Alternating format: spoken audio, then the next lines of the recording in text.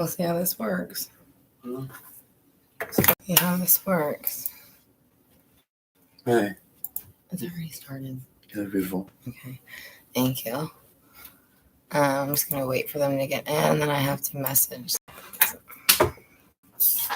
Beverage? Yeah, soda's fine. Which one? Whatever one you got me.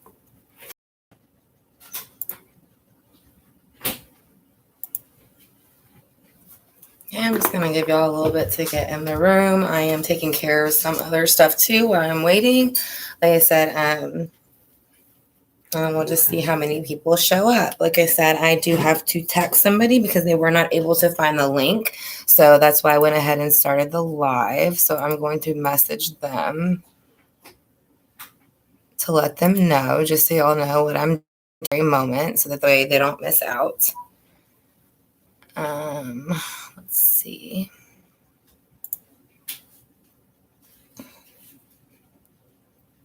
I should have wrote the number down first.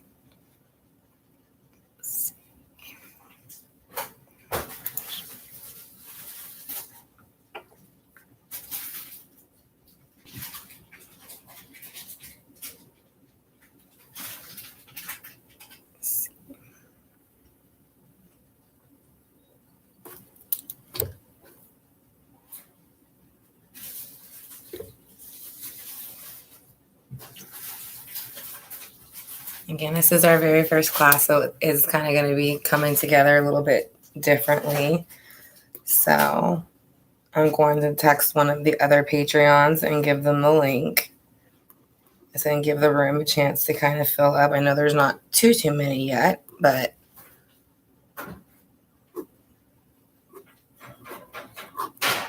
okay. But while I wait for everybody to get here, like I said, I'm going to text this person the link to the room.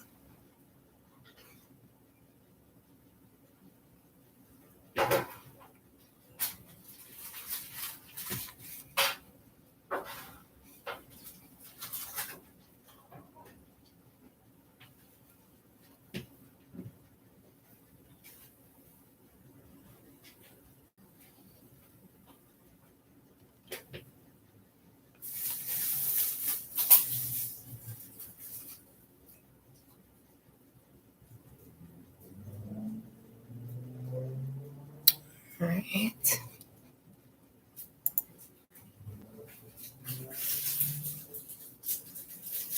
What? Chris, I'm busy. So, let's see.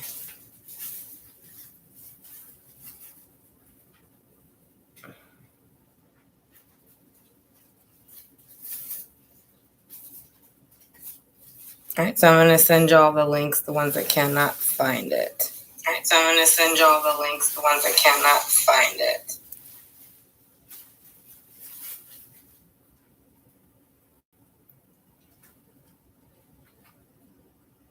Okay. I sent one to one, and then I'm going to go ahead and send someone another one. Like I said, hopefully this is working like it should be.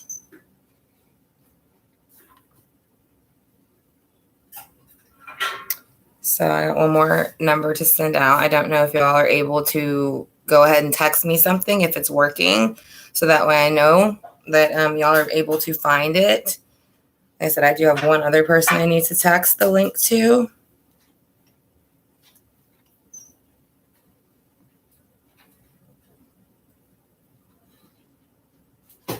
Okay, yeah, you got it. Good. So I'm texting another person the link, and then we'll go ahead and get started. Let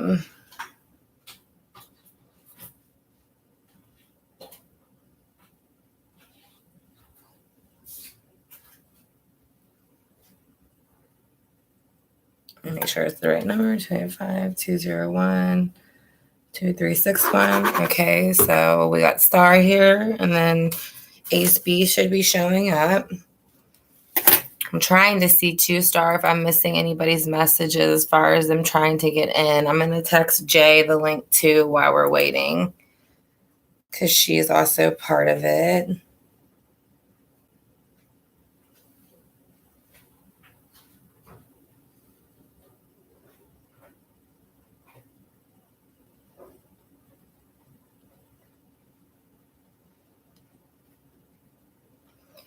All right, so since you and I are here, Star, like I said, so we're gonna kind of wait for these other people to get them. I sent out 3 messages. Like I said, we have about 5 people signed up for the class. So I am kind of, like I said, checking the messages as we're, waiting for everybody to show up. Like I said, it's not going to be a huge class at first, which is actually I kind of like, so that way we can kind of keep it short and not short, but like the conversation between each other can be much more like personal, like personable, you know what I mean? So we are going to be doing pre-planning. We're going to talk about that first, and then we're going to talk about past life transitioning. So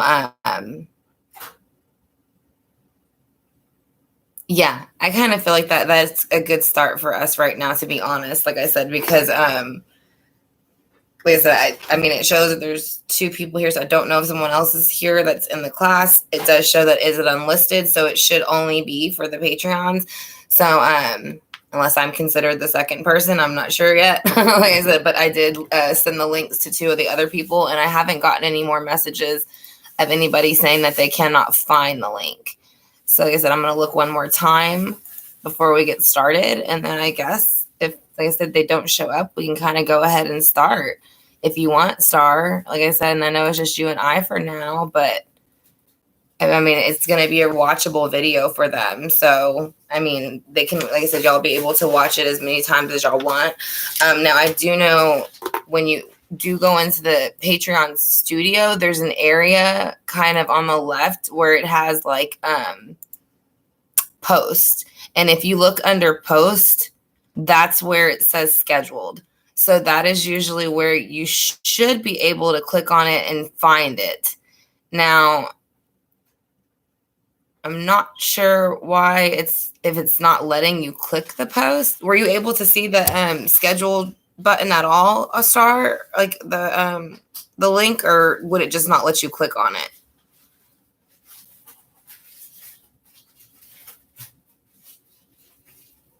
I'm just curious, like I said, because I want to make sure that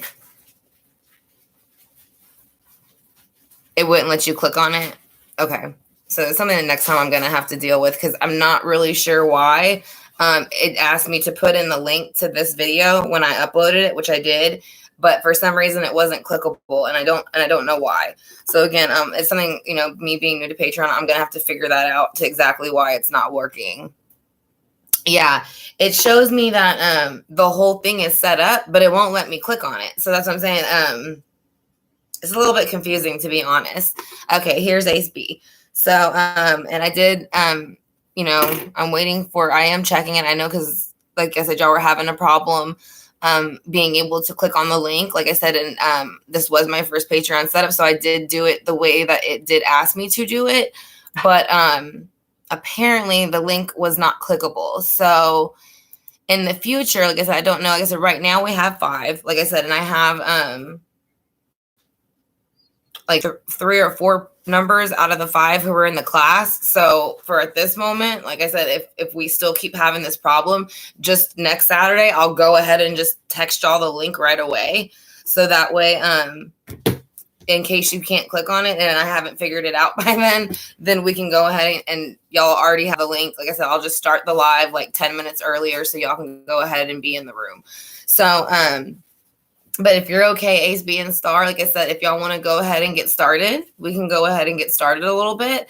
And like I said, and this is more of like a discussion from both sides. Like I said, now this is stuff that I learned very, very early on, the pre-planning and the past lives and the transitioning and why we do so, when I was kind of like in my early 20s. So a lot of it's stuff that I kind of just know off the top of my head. But if there's anything that I say that might throw you off a bit and y'all do have questions, like I said, feel free to go ahead. And I mean, like Star said, I'm kind of glad it's a smaller group. It's only about 4 to 5 of us at the moment. So that way we can all kind of like go, I can see the comments a lot easier and I can go ahead and respond a lot easier. So we're going to start basically with pre-planning of life, like what you do before you come here, the contracts that you make and why you make them, who you make them with, and what is the purpose of them. So, I guess like I said, for the 2 that are here, and I said, do y'all have any questions before we get into the pre-planning, before I kind of go ahead and start explaining that and why we who we pre-plan with or anything like that and why? And then I'm sorry, it is a little bit awkward for the first class, but like I said, the links didn't work like I expected. And like I said, I've never used Patreon before, so I do apologize about that. So, I don't know, I just want to make sure we're not missing anybody because it does show there's 4 people watching and we got 5 people in the class. So I just want to make sure everybody's able to be here, that I'm not missing a message or anything from anybody. So before I get started actually going into pre-planning too, I'm going to make sure nobody else has messaged me and said that they can't find the link so I can send it to them as well. As then I do apologize, for the delay. It's a bit, I will get on here to after we're done and kind of see what it is that's kind of holding up some of that. So, okay, cool. So let me just make sure I have no messages of anybody saying that they can't find it either and would like the link. And then as long as we don't, we will go ahead and move on. So, as then we will be do pre-planning. So basically this is going to be telling you, about spirit guides when you're born, who we bring into this life and why we choose them. Okay, so we do have one other person looking for the link.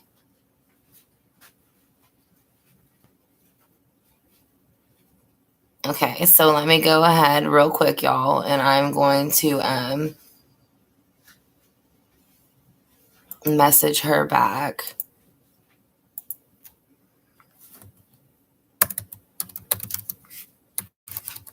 Good thing is that we do have 3 hours, so we got plenty of time to talk about it. So again, it'll go a lot smoother next time, I promise. Like I said, but at this moment, like I said, this is going to be our first class. So like I said, I'll just kind of go ahead and go into pre-planning again and explain it why she's sending me her phone number so she can go ahead and join in. Like I said, but we're going to be talking about pre-planning. So basically, when you pre-plan your life, you kind of sit down before a board. They are called the Board of Elders, is what they're called, is usually what we refer to them as. And everybody that is usually in this life, especially anybody who's in your immediate family, mothers, fathers, brothers, sisters, even people that, you might be your boss, things like this. All these people have been in your life before in a past life. So, let me see. So, basically, you kind of bring a lot of people back into those roles. Like, you'll just kind of switch them. So like in this life, like my mom's my mom, but in my last life, I kind of feel like my sister was probably my mom because she kind of acts like my mom sometimes. Now, that's a trait of a sister, an older sister, a lot of the times. But usually too, when you have this kind of like a tension between a family member or somebody else, and you're not really sure why when you first meet them, or just say you have an aunt or an uncle that you've never really cared for, right? So probably in their past life, you probably have had some karma that you need to balance out with them in this life. So that's kind of like the purpose of pre-planning everything. So again, let me make sure if she put her phone number in yet. Again, I apologize to stop in the middle. But like I said, so we come here for lessons. We come here also too because, for one, there's very many planets, and we know that, as that we chose to reincarnate onto planet Earth. There are other planets to reincarnate on, though. But again, this is kind of like the war planet for souls. So basically, when you go ahead to pre-plan to come here, you decide where you want to go. You come to planet Earth to learn some harsh lessons most of the time. It is the hardest on the human soul.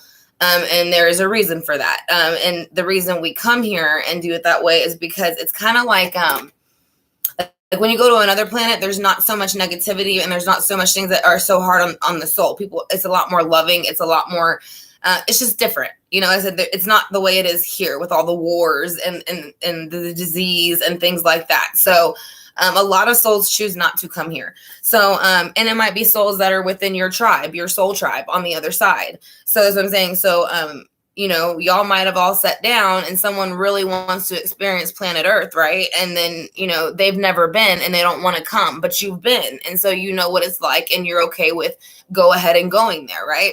So, so just say they want to learn a lesson, but they don't want to come here, but you're planning to come here anyways. So you'll come here and kind of experience that lesson for them within your soul tribe. And then so when you pass, you'll kind of merge together as the balls of light and you'll exchange that lesson. So that is how you share your lessons in your pre-planning. So as I said, that's usually, like I said, when a person or when a soul chooses not to come to this planet because it is a very harsh planet. So that is kind of the outlay of that. Now, also, when you do go before the board of elders, like I said, now this is where contracts come in. Now, this is what I'm talking about, like when you have like mothers, fathers, brothers, sisters, even friends you've had your whole life that are basically like, oh, you'll say like, oh, we've been best friends our whole life. It's like my sister. She probably was your sister, you know, or something like that. Even your exes have been in your past lives. But again, a lot of stuff when you come back to planet Earth is because it's to balance out karma. Karma is a balance. So, and I know they say there is no good or bad karma, but that's very swaying for me. So, because if you do something to somebody in a past life that's not right, and you come into this life, you are going to have to deal with that karma. So that's why they say when you're here to kind of go ahead and obviously everybody has emotions and they're going to react sometimes when their buttons are pushed or things like that, you know, but they're basically just saying to try to think with your soul first and think, because the reason why is this kind of all ties around. That's why I kind of did the past life with the pre-planning together. If I'm losing anybody, just let me know, because I know it's kind of jumpy, but there's a reason. Because when you pass, that's kind of the purpose of the infinity symbol, right? So everything circles back around. So that is why they are saying when you pass, you will have your life review. So however you treat people in this life, you will have to watch at the end of your life. And not only will you have to watch it, you will have to answer for your behaviors the best that you can. And you will have to learn the lesson. And if you can't learn what you did wrong or what your mistake was, then you will stay there in your life review until you can learn that what you did was probably wrong, or you shouldn't have said it, or you shouldn't have done it. And then once you learn that lesson, then you can keep on moving on through your life review. So that's the part how that ties into it, though, you know, as far as balancing karma and then life reviews. That's why you kind of want to make sure you keep your karma good here, because you are going to have to review it in the life. So that is the yin and yang of those two. But we are going to get into soul contracts. Like I said, I'm going to check one more time to see if the person had added their number yet. So we're going to start with the soul contracts. So like I said, basically, let's just say like when I came here, I wanted to learn patience. Okay. Because I've never really been in a situation where I had to learn patience, or I had to learn to get a better grip on my emotions with patience, all those type of things. Or even some people come here to experience loss, which I know sounds a bit odd, but this is also another part of it that, you know, like, for example, when a parent loses a child, this is an example of a contract. So just say Star and I, you know, she was my mother in my past life and I was her daughter, you know, and so she wants to come back and balance them, or I was her mother and she was my daughter. So I want to come back and experience something or something like that, you know. So the mother, whoever the mother is, or the daughter, will say, you know, well, okay, to the mom, you know. So I'll go to Star and say, I know you were my mom in my past life, but I want to be a mom in this life. And I've never lost a child in any of my lives. And Star might say, no, I don't want to come back to planet Earth. I don't want to go there anymore. I'm not doing that no more. Like, I don't want to, you know, it's not nothing personal. It's just most people do not want to come to planet Earth. So whenever that happens, like I said, they'll basically take this contract, right? And they'll keep rewriting it and rewriting it and rewriting it until like Star finally goes, fine, I'll come back as your kid, you know, but I'm not staying for very long. like I said, that'll be your lesson. You want to learn what it is like to lose a child. So I will come in, play that role for you as the child, but I'm not staying long. And then usually says that this is all planned before we come. And I know, like I said, again, it's one of those things of like, a lot of people say, well, why would you plan to lose a child? But again, it's a lesson, you know what I mean? And if someone in your soul tribe has not experienced it, or you've merged with them and you kind of gotten a bit of a lesson from it, but you didn't get everything that you wanted from it, that's when you might decide, well, I've experienced this, I've experienced that, I've experienced that, so this is something I haven't experienced, so that's when, like I said, they'll take the contract to the elders, they'll keep rewriting it until the person decides to come. But that is a perfect example of why sometimes things like that happen. And it seems to us like we don't understand, and it doesn't make sense to us why, a child would be born and pass away in 2 weeks, or a child would pass away, unfortunately in a tragic way. And it's a lot of the times it's because they sat down and planned it because that person had not experienced it. So whenever they pass and they go back to their ancestors and their soul tribe, they'll also share that experience with them. They'll merge with whoever wants to merge with them. You are a ball of light and they are a ball of light. You become a ball of light together and you exchange the feelings and the whole emotion. So they're basically going to experience it just like you did when you were on planet Earth. So that is a way a lot of times souls will avoid coming to planet Earth or having to go to experience it if they know it's something they cannot handle. So that's kind of an example of contracts. And then the Board of Elders, like I said, the Board of Elders are kind of like a judge going before a board of judges. And like I said, and they make sure that it's fair on all ends, like I said, but the elder board is also there for when you pass and you're doing your life review. They are the ones asking you the questions. So they want to make sure that basically that you are understanding your life review, and that I'm sorry, I'm still waiting to see if they had sent me their phone number yet. But basically that they understand what happened in your life, why it happened, and then what can you do when you're going to spiritual school after your life review that can help you to move on forward? Because after you do your life review, you move on to a spiritual school. So it's basically a way to heal your soul, because being on planet Earth, again, is very hard on your soul. So it is a way to kind of heal it. It's a way to learn from your lessons, and it's a way to kind of move forward. So, and then when you do pass, you're usually going to be, you're born with one spirit guide most of the time. That is like from the time you were born to the time that you pass. So this spirit guide, or you can call it spirit guide, or I can't think of the other word right now. Guardian angel is a spirit guide, your guardian angel. You have one basic one. And like I said, they are with you through your whole life from the time you are born to the time you pass. So, but you do also have about 3 to 4 other ones. So say that something happens in your life that your main spirit guide is not so experienced with, and they really don't know what to do. They'll switch spots with another spirit guide who is more experienced in that area.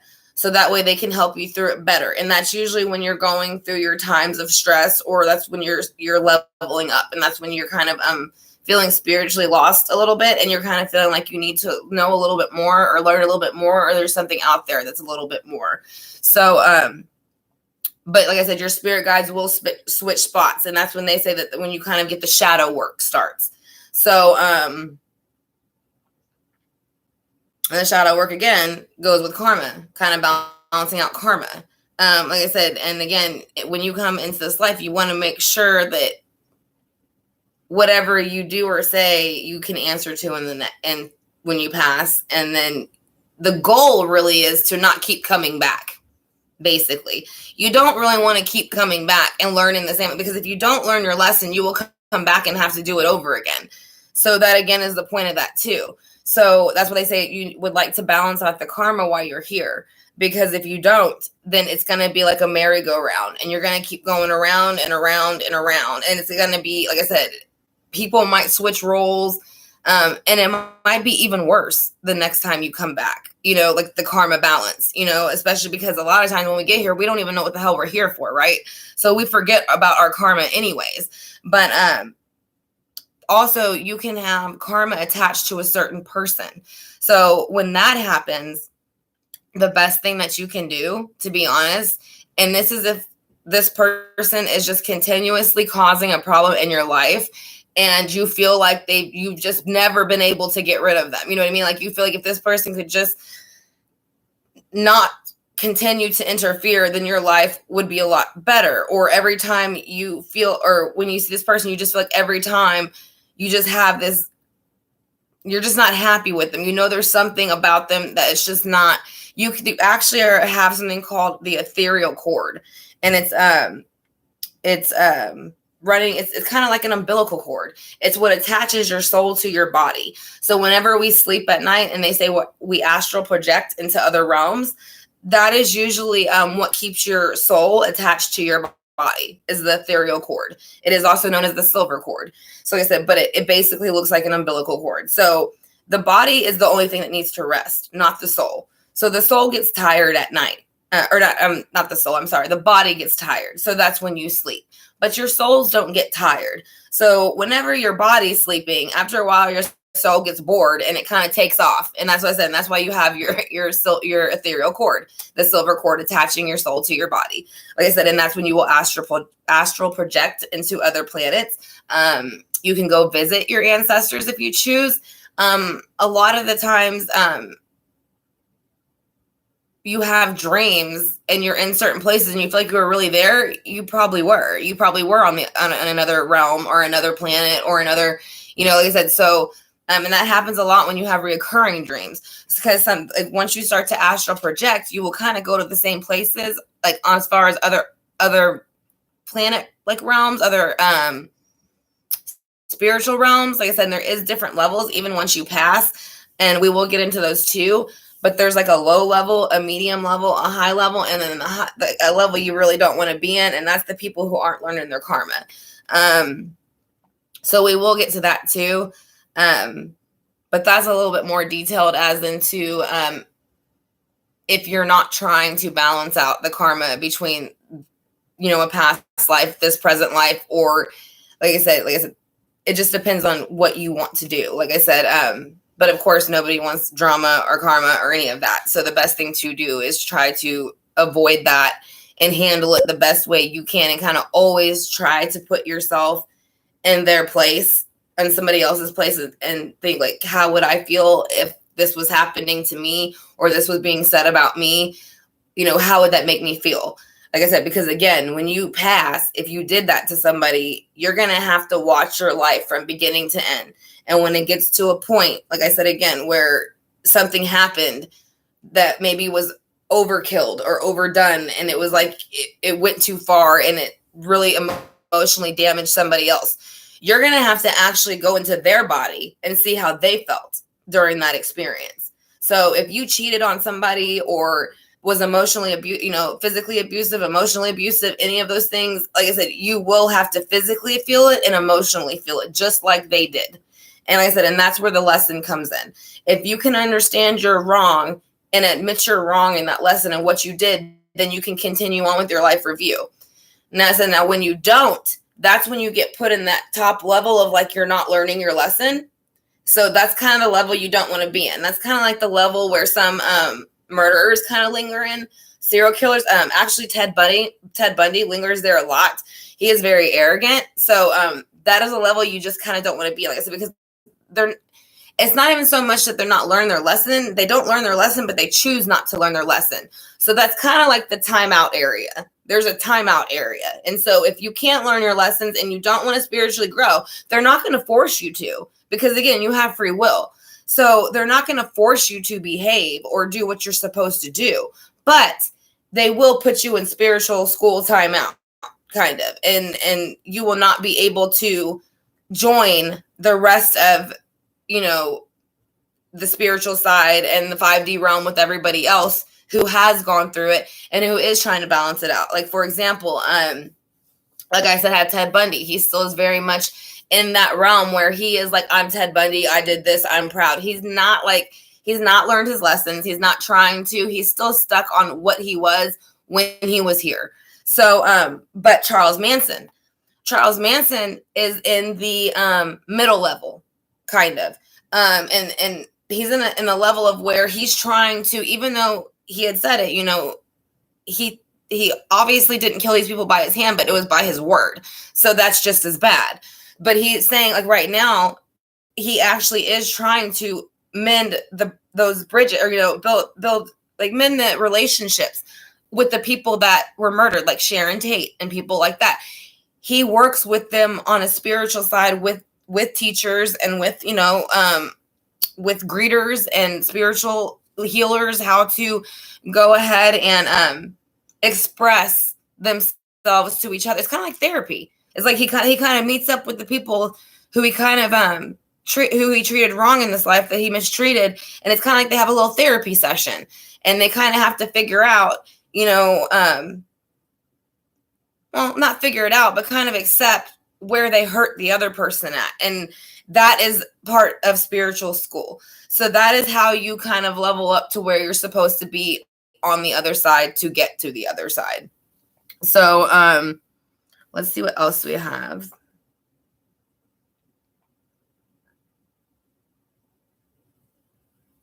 Do y'all have any questions so far about like the chords or the pre-planning or life like review or anything? As I know it's a little bit jumpy all over the place, how it kind of goes. I'm sorry, I'm still checking to see if I have a message from the person who said they couldn't get in. Okay. Do you have any questions, Star, about anything? And any questions y'all have would help a lot. Like I said, if y'all do have anything, like I said, so that way, because there is so much information, so there are things that I do, you know, forget to throw in here and there. But like if I'm kind of, you know, I do remember. So yes, and then also because y'all do have this link, y'all will be able to watch this as much as y'all want. So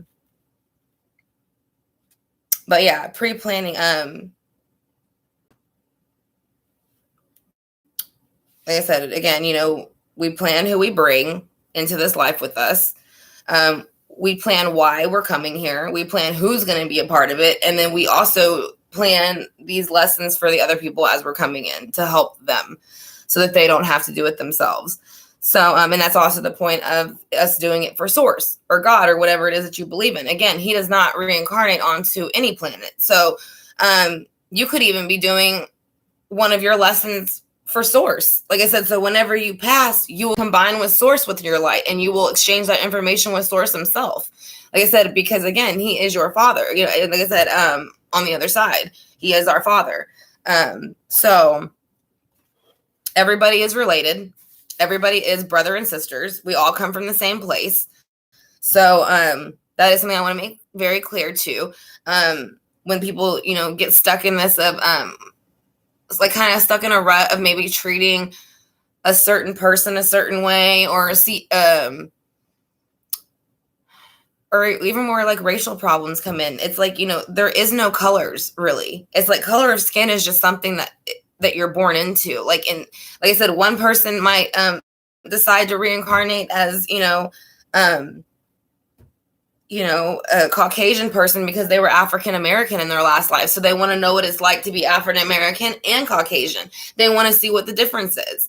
You know what I mean? If there is one, you know, like I said, but either way, like I said, whatever you reincarnate into here, male, female, you know, African American, Caucasian, Hispanic, whatever it is, like I said, you all still come from the same place, because when you pass, there is no skin color. There's nothing like that at all.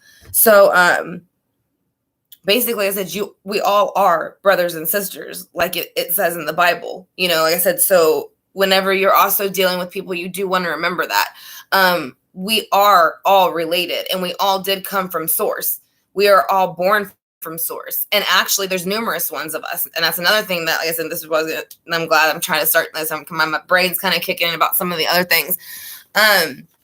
There's numerous of you, by the way.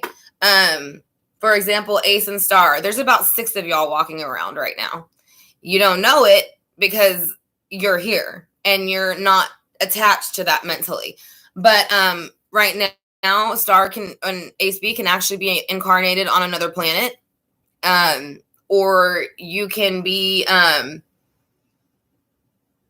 you can be on another planet. You can be like you said, if you're to take a nap, then you're gonna leave anyways and go somewhere else. Like I said,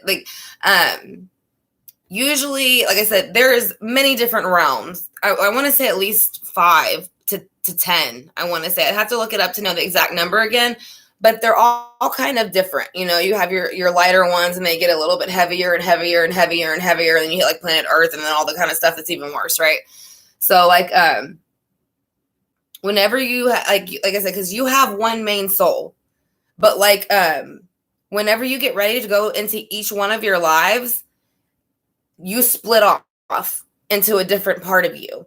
So like when we pass, like I'll still be Megan, I'll still have this body, but I'm gonna go back to my main soul. So this is like your main soul. Okay, so when you reincarnate, like I said, you just say your first life, you're gonna go this way. Your name might be Jennifer, okay? And then on your second life, you're going to go this way. And then your name might be Nancy. And in your third life, you might be named Paul, right? And you're going to go that way. So when you all pass, those 3 different personalities are going to all come back to your main soul. Y'all are all going to combine.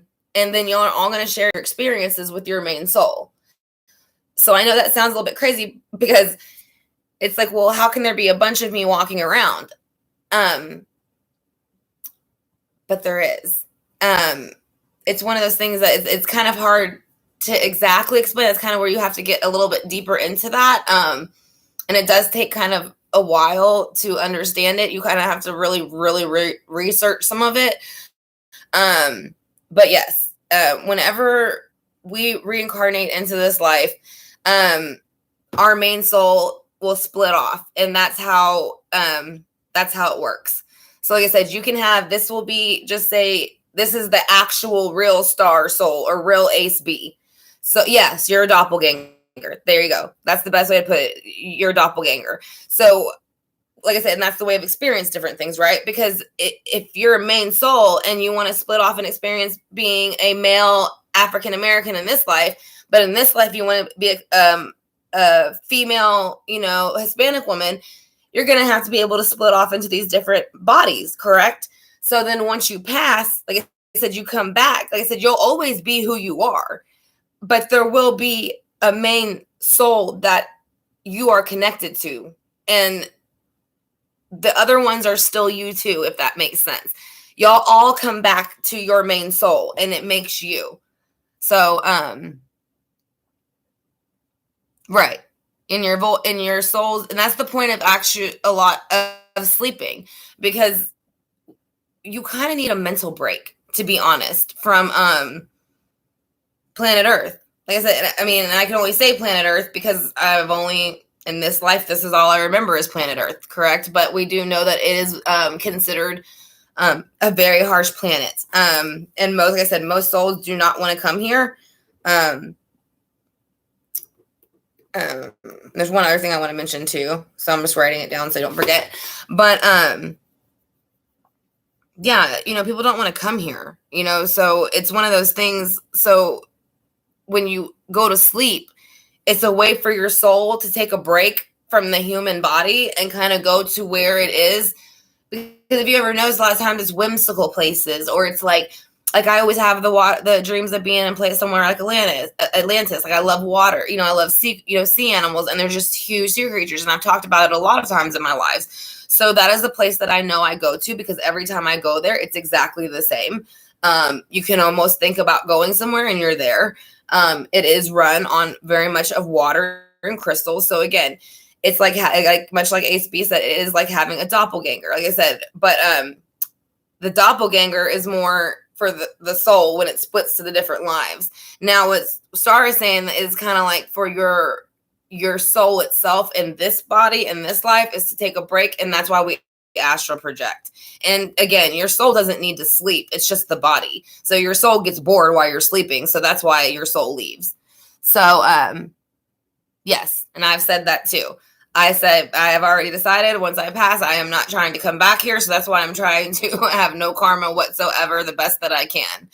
So, or like I said, and the best thing about it too with karma is like, if you do know that you've hurt someone's feelings, that's what they say, no matter how many years it's been, it's always okay to go and say, I know that I did this whenever, and I just want to let you know I'm sorry if I hurt your feelings, and I apologize. And then if they have something to tell you about how they feel about it, to respect it, whether you feel that they're legitimate or not for feeling that way, and just say, well, even if you just say something as simple as, well, I'm sorry that I hurt your feelings, I made you feel that way, that is a way of balancing out some of that karma, so you don't have so much of it. Like I said, because the only reason we do come back to planet Earth a lot of times is for karma.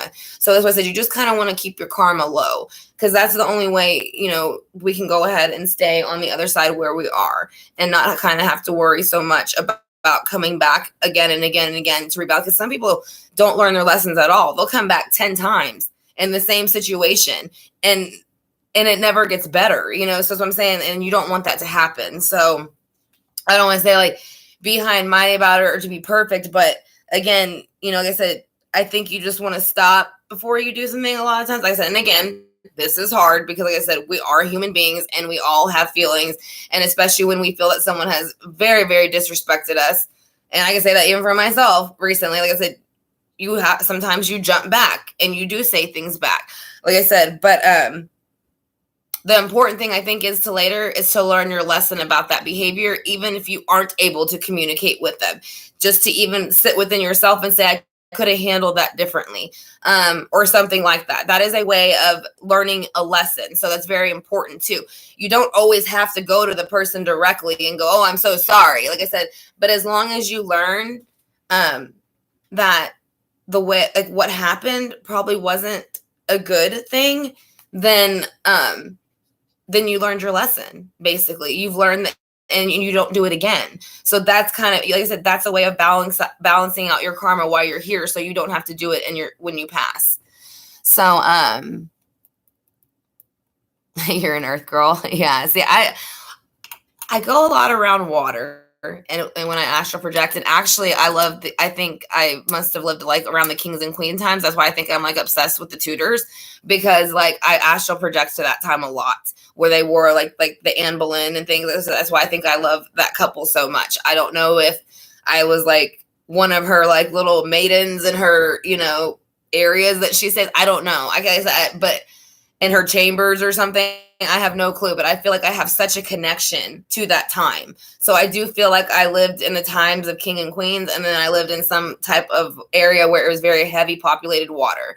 Like I said, which I still, when I look at it and everything that I've seen in it, it basically, it's Atlantis is what it sounds like. So, and then I also want to talk about too, when we reincarnate into our lives and we do these contracts. So then people will also say, like, well, why would someone want to, reincarnate, and as far as like how it's not like why we don't understand sometimes why people will like why children pass when they do, or really early, or we don't there's not really a clear explanation. It happens, it's devastating and it's hurtful. We all kind of experience it on a soul level, the ones who are connected to those kind of things. But now you have to think about too, when people come in with disabilities. They choose to. And like I said, again, so like, for example, my son's autistic. He chose to be autistic when he came to this life. Just the same way that somebody chooses to have Downs, or chooses to have, MS or something like that, or something that's lifelong, that, basically, paralyzed or something like that in their life that happens, that basically is going to hinder how they see the world and how they handle it. Which, like for my son, my son, with him being autistic, he sees things very differently. He sees socializing very differently. So it's about 5 times harder on him than what it would be for somebody else to pick up that, like, oh, if I'm standing too close to you, it makes you uncomfortable. If I talk this loud, it makes you uncomfortable. If I use my hands and tick and flap, then it makes you uncomfortable, because it's not normally what other people do. But the thing is, though, when he chooses to come into this life, or anybody chooses to come into this life with anything such as autism, Down syndrome, anything that's going to affect the way that you bring in your surroundings, that's going to be something where they're actually, instead of doing one life at a time, they're actually like living 4 or 5. So they're even stronger than us, actually, the ones who choose to come in with this one life. Like I said, like how we come in and like, and yes, I'm not going to discredit that, our, individual lives on their own are not hard. But when you think about how being on planet Earth as it is hard.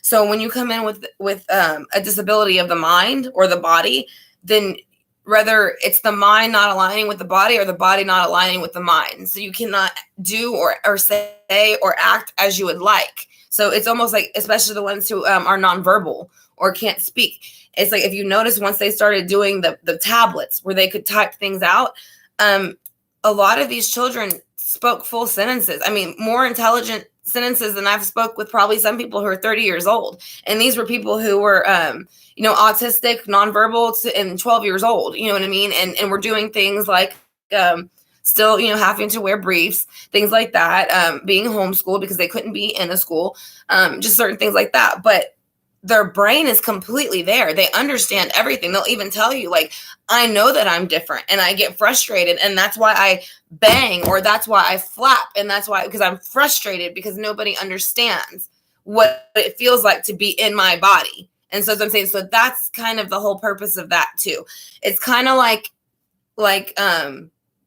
leveling up your life in like ×4 when you come in with a disability of any sort.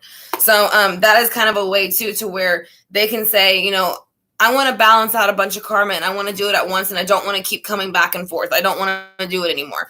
So I choose to come in autistic, or I choose to come in Down syndrome. I choose to come in, as, not being able to walk or talk or hear.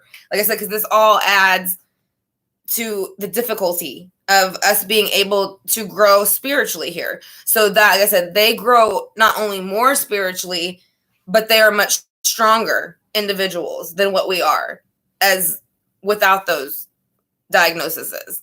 So, no, you're fine, Sandy. Like I said, it'll replay just like the other videos too. Like I said, I know for some people it worked. I said, actually too, there was somebody I was supposed to text or had messaged me and said they couldn't find the link. So I was going to text them the link, but I haven't heard back from them yet either. It's another one of our subs. It was just Sandra. So I just want to make sure she didn't message back while I have been on the live, because I know we're going to get into more stuff now. But yeah, like I said, you'll always be able to rewatch it because you have the link. So like I said, and then if you can't for whatever reason find it, like I said, you can always, if you're comfortable putting your phone number in a message to me on the Patreon side, I can always text you the link. Like I said, and then you can, and like I said, all you got to do is in this, and you can save the link to your phone, or you can write it down, or whatever you want to do. I said, but you should be able to, I'm going to mess with the Patreon a little bit more, because I said, this was the first one. So I didn't even know how it really honestly worked out. I knew that I could connect it to here, and then it told me to set it up, connect this video link, and that it was supposed to be a clickable link. But from my understanding, it's not. So I'm going to go through it after this and see if there's anything that I can do to go ahead and make it easier for y'all. Like I said, because we don't have a huge group, which I actually like, because we can be a lot more, one-on-one and asking questions. So, but yes, that is human nature, Star, like I said. But again, with the, coming in with autism and, Down syndrome and stuff, it's basically them wanting to come in and experience a lot of different experiences at once in the smallest amount of time as possible. Because like literally when we reincarnate here and you leave your ancestors from that side, they're like, all right, I'll see you in a bit. You know what I mean? Because it's literally like a blink of an eye to them and you're back. Now I know it doesn't feel that way here because time goes a lot slower. But over there, I mean, like I said, we've probably been gone 5 minutes to them. And I said, I'm 36, or 30, I think I'm 36. I don't know. I'm in my 30s. So like what I'm saying is, but like I'm saying, like, I feel like I've been here forever, like 30, freaking years, you know. But they're like, girl, you've been there for 3 minutes. Relax. She'll be here before you know it. You know what I mean? So that's kind of their take on it too. So there is no time, like there is no beginning of end of time on the other side either. It's all in it. Like I said, you can go back and forth as much as you want. So once you pass to, just say there's something in your life that you want to go back to, even not if it was even not in this life, because once you pass, you have access to all your lives and all your past memories. Say there was a certain life that you want to go back to, and you just enjoyed that experience, maybe the birth of a child, a marriage. Like in this life, I've never been married, you know. So I'm saying in a past life, I might say, you know, I didn't get married in this last life. I kind of want to go back to that life and see what it was like, because I don't remember. You are always welcome to do that as much as you want once you pass. Like I said, any life that you have lived, you can experience it at any time. You will experience the feelings. You will experience it just like it's happening right now on planet Earth. So that is something that, I mean, I always look forward to. Like for me, like I can't have another baby. Like I have my tubes tied, and I know it's a little bit of extra information, but we are all ladies here. But I do have, you know, the 12-year-old. My 12-year-old is autistic, and my youngest son was a preemie, and I was high risk through both pregnancies. So I went ahead and had my tubes tied. Now, do I wish I could have another baby at times? I do. But again, my tubes were tied for, you know, a reason. I made that decision for a reason, so I don't regret it. But sometimes, yes, I wish I could have another baby and have that feeling of holding that baby for the first time, you know? So I can't do that now anymore in this life, which is a little sad, you know, but it is a decision that I made. So now when I pass, you know, I can go back to those births of my children and experience them just like I did when I was alive. So that's the advantage of coming to planet Earth. And a lot of, like I said, I don't know how it works for the other planets, again, because if I was on any other planets, I don't remember at this moment. But I do know for planet Earth, that's how it works. That's why we come here. Because like I said, you are able to hold on to those feelings and those wishes and thoughts. And like I said, and you can experience them at any time. Like I said, and again, over there, it is much more vibrant. Everything is much more vibrant, more colorful. Whatever is heaven on, whatever you consider heaven to be is what it will be. So if you would like it to be beautiful pastures of flowers and like Star says, she loves, you know, loves the earth, loves, you know, being in forests and things like that. That's going to be probably what her heaven will look like. It's going to be what you want it to be. And then you can change it at any moment too, if you want. All you can say is, okay, well, you know, I've been, you know, in the forest setting for enough. I think I'd like to go to the beach now. And then you'll blink your eyes and then you're at the beach. It's that simple. And it'll be the most beautiful, exotic beach that you've ever seen. You know, and so there's a lot that you can do on the other side. I'm trying to think of some other stuff. Oh, and then like near-death experiences. I know that's very controversial. You know, a lot of doctors will say that people hear things or see lights or things like that, and they say that it's usually just the brain kind of like shutting off. Okay, hold on one second. I got Sandra's number now, so I'm going to text her the link so she can join us because she is one of our Patreons. So, it'll take me just 1 second. Y'all do apologize.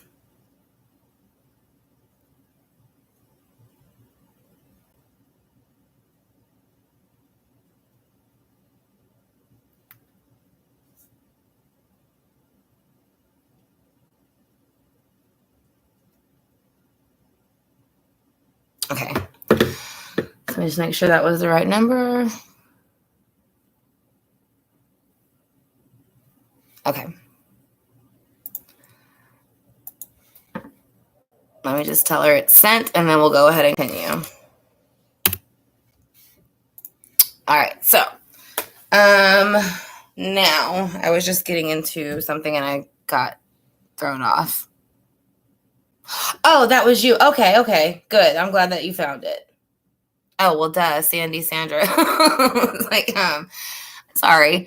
But now now that I have your number, like I said, in case it happens again, you know, I'll like I said, I will go ahead. Like I said, I think at this point we have about 5 or 6 people sign up for the classes. So, and I'll see actually too later if I can go ahead and just post the link in the comment section. I would think that would work too. So in case anybody else missed it and couldn't find it out of the 5, because I know there's 3 or 4 here right now.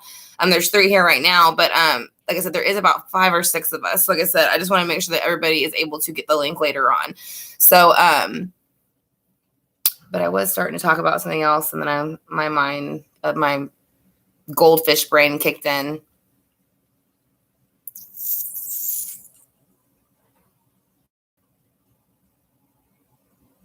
I can't remember what I was talking about right before I switched over. It was exciting though. Let me see. Well, do y'all have any questions while I'm trying to remember exactly which part I was about to bring up? No, you're fine. You didn't. I forget things like that. That's most of the time why I kind of just jump from one thing to another, because if I don't say it, I'll forget it. So, oh yes, how you change your heaven's views. Thank you, ASB. So, basically, you can change it at any time that you want. And then you can also bring in whoever you want at that time. And then, again, now, this is kind of where I want to still bring in the ethereal cord thing, because I've actually in this life, it is a process to where you do it. It is an actual cutting of a cord. And this is what I'm saying. I don't know if any of y'all. Oh, the light. Thank you. Yes, that too. And we'll get back to the cord after that, because we did kind of hit the ethereal cord, but I will explain that again one more time at the end. So, well, yes, thank you for Sandy though for that. So whenever you get ready to pass, a lot of times, doctors and things will say when you see that light, it's because basically, the deprivation of oxygen, and then you start to hallucinate. And so they say whenever you hear and see all this stuff, that they're not actually seeing a light, or they're just hallucinating voices. But most of the time, they will tell you, like, especially because I did CNA rotations for a lot of times. And then my grandfather had lung cancer. So he actually was at home when he passed, but he was on hospice in the hospital for quite a while, because it was around Ike. So when my grandpa would go in and out of his napping, he would talk to his son. Now, that was my uncle. He had passed also. So they would go fishing. They would go hunting. They would go do all the things that they did when they were here together. So, and then at the time too, given this was during Ike, their house got flooded. It had 5 feet of water. So basically my grandmother and grandfather, were out of their home for a year. But about a year, like I said, but my grandmother, she hired people right away after the storm to get the house back in order so that my grandpa could get home as soon as possible and be comfortable. Now, I think that still was hard on him, because he was he liked to build things. Like, he built a shed with his own hand. I mean, he was a hands-on guy's guy. You know what I mean? Like, he never liked to sit, so that diagnosis was very hard for him. So I'm sure that was the lesson somewhat of his life. He was used to going and being there for his family, and being, that steady figure in our life that kept us all together. So when he started to get cancer, he couldn't so much do that anymore. And you could tell as time went on, he still tried to get up and go to the store and do the things that he wanted to do, but there came a certain point that he just couldn't do it anymore. And so I think that was part of his lesson a little bit. But as he was passing though, like I said, he would go in and out of these kind of, it looked like napping, but it was kind of almost a trance. And like I said, and then whenever he'd get ready to come out of it, he would tell my uncle to come back. He'd be like, "No, Bubba, come back, Bubba." So he was calling his son back.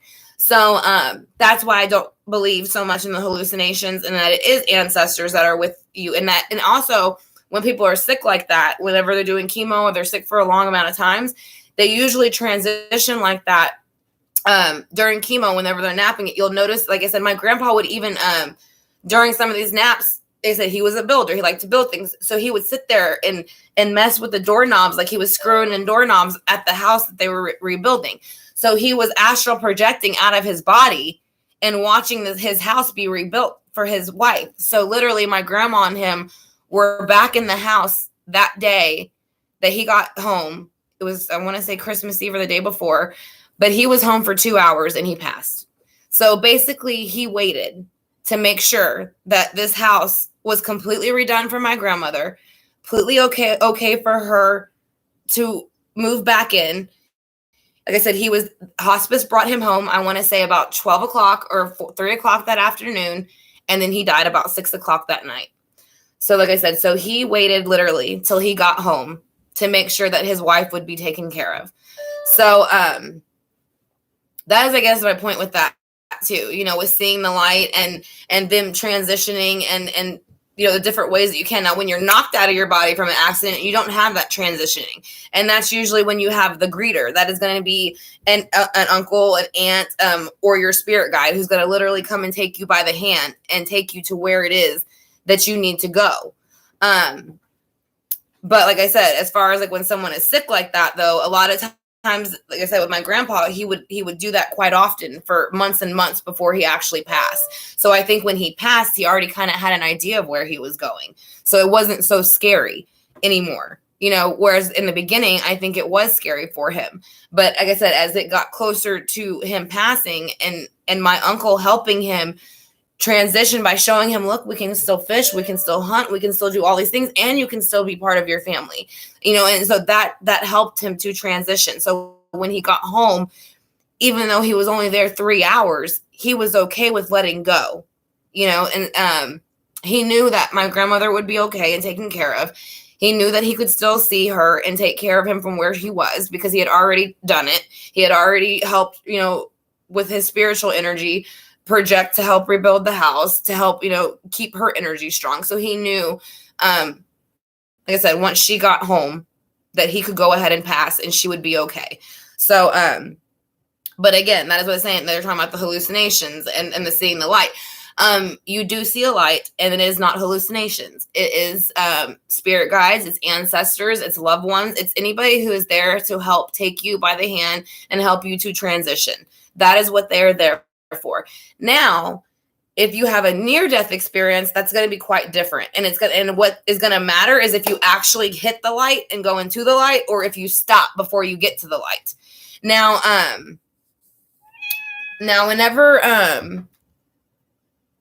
whenever you pass, just say that you have like a near-death experience, right?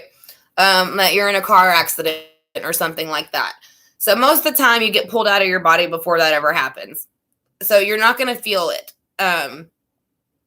Unless you're not meant to pass, you might feel some of the pain. But either way, when it happens, you'll feel the pain after, basically, when you're in the hospital and you're healing. That's when you're going to feel the pain. But just say you get into a car wreck on the highway. Most people will tell you in near-death experiences, right before the car hit the other car, or, it totaled or blew up or whatever happened, they literally see their body, or they see the top of the car, like they're being pulled up straight from out of the car, and they have someone holding their hand, pulling them from it, and they're taking them up towards this light, right? So just say that you're not meant to pass in this accident. So right before you hit that light, which is the energy source, which is going to be Source himself, that is when you pass. And that's when you pass on to Source once you cross through that light barrier, through that tunnel. Like I said, because it is a tunnel. And at the very end of the tunnel, there's a light. And this is what I'm saying. If you're meant to pass, then you'll go through that light. And that's when the silver cord, the ethereal cord, is broken. And that's when the human body starts to deteriorate. Now, when you're not supposed to pass, and that's usually, I say, when it's an accident or things like that happen and they have you by the hand, most of the time before you ever reach the light, somebody will tell you, or they'll tell you, you have a choice to go back now, or you can come with me. But if you come with me, you can't go back. And that is one of the choices they will give you. And sometimes they'll let you go, or sometimes they won't. That's what I'm saying. Like I said, sometimes you might be given the choice to go and might grant you that wish to go ahead and pass and pass on to that light, because the light is warming and it's pulling in and you want to be pulled towards it. But just say a person isn't ready to go and they don't want to, or it's just not your time, period. They will literally push you back into your body, or like it's almost like pulled back into your body. Like they will tell you, I'm sorry. It's not because we don't want you here, but it's not your time to go yet. So, and that will be before you hit the white light at the end of the tunnel. So that's when you kind of get sucked back into your body. And that's where you get your near-death experiences from. That's where you get the people who will tell you that they hear things, or they see a light. These are people who never actually passed. Otherwise, they would have. I said, now when you've actually passed and like you flatline and come back, that means you've hit the light. So your cord does start to deteriorate. But if you're, again, if you're not really meant to pass, and or something is going on, or you're just not, or you feel like you haven't completely learned a lesson, or there's something that you're not ready to leave, and source or your guides agree that, they will give you an option of going back. But most of the time, once you come through the light, you're probably not going to come back, because you don't want to. It's too beautiful there. There's no pain. There's no any of that. Everything is just, it's like it's like the best word you can think of, but it doesn't exist in our vocabulary. Like I said, it's beautiful, it's bright, it's warm, it's loving.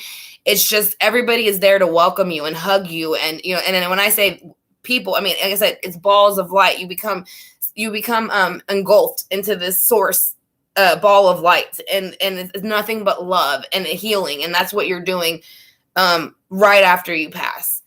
So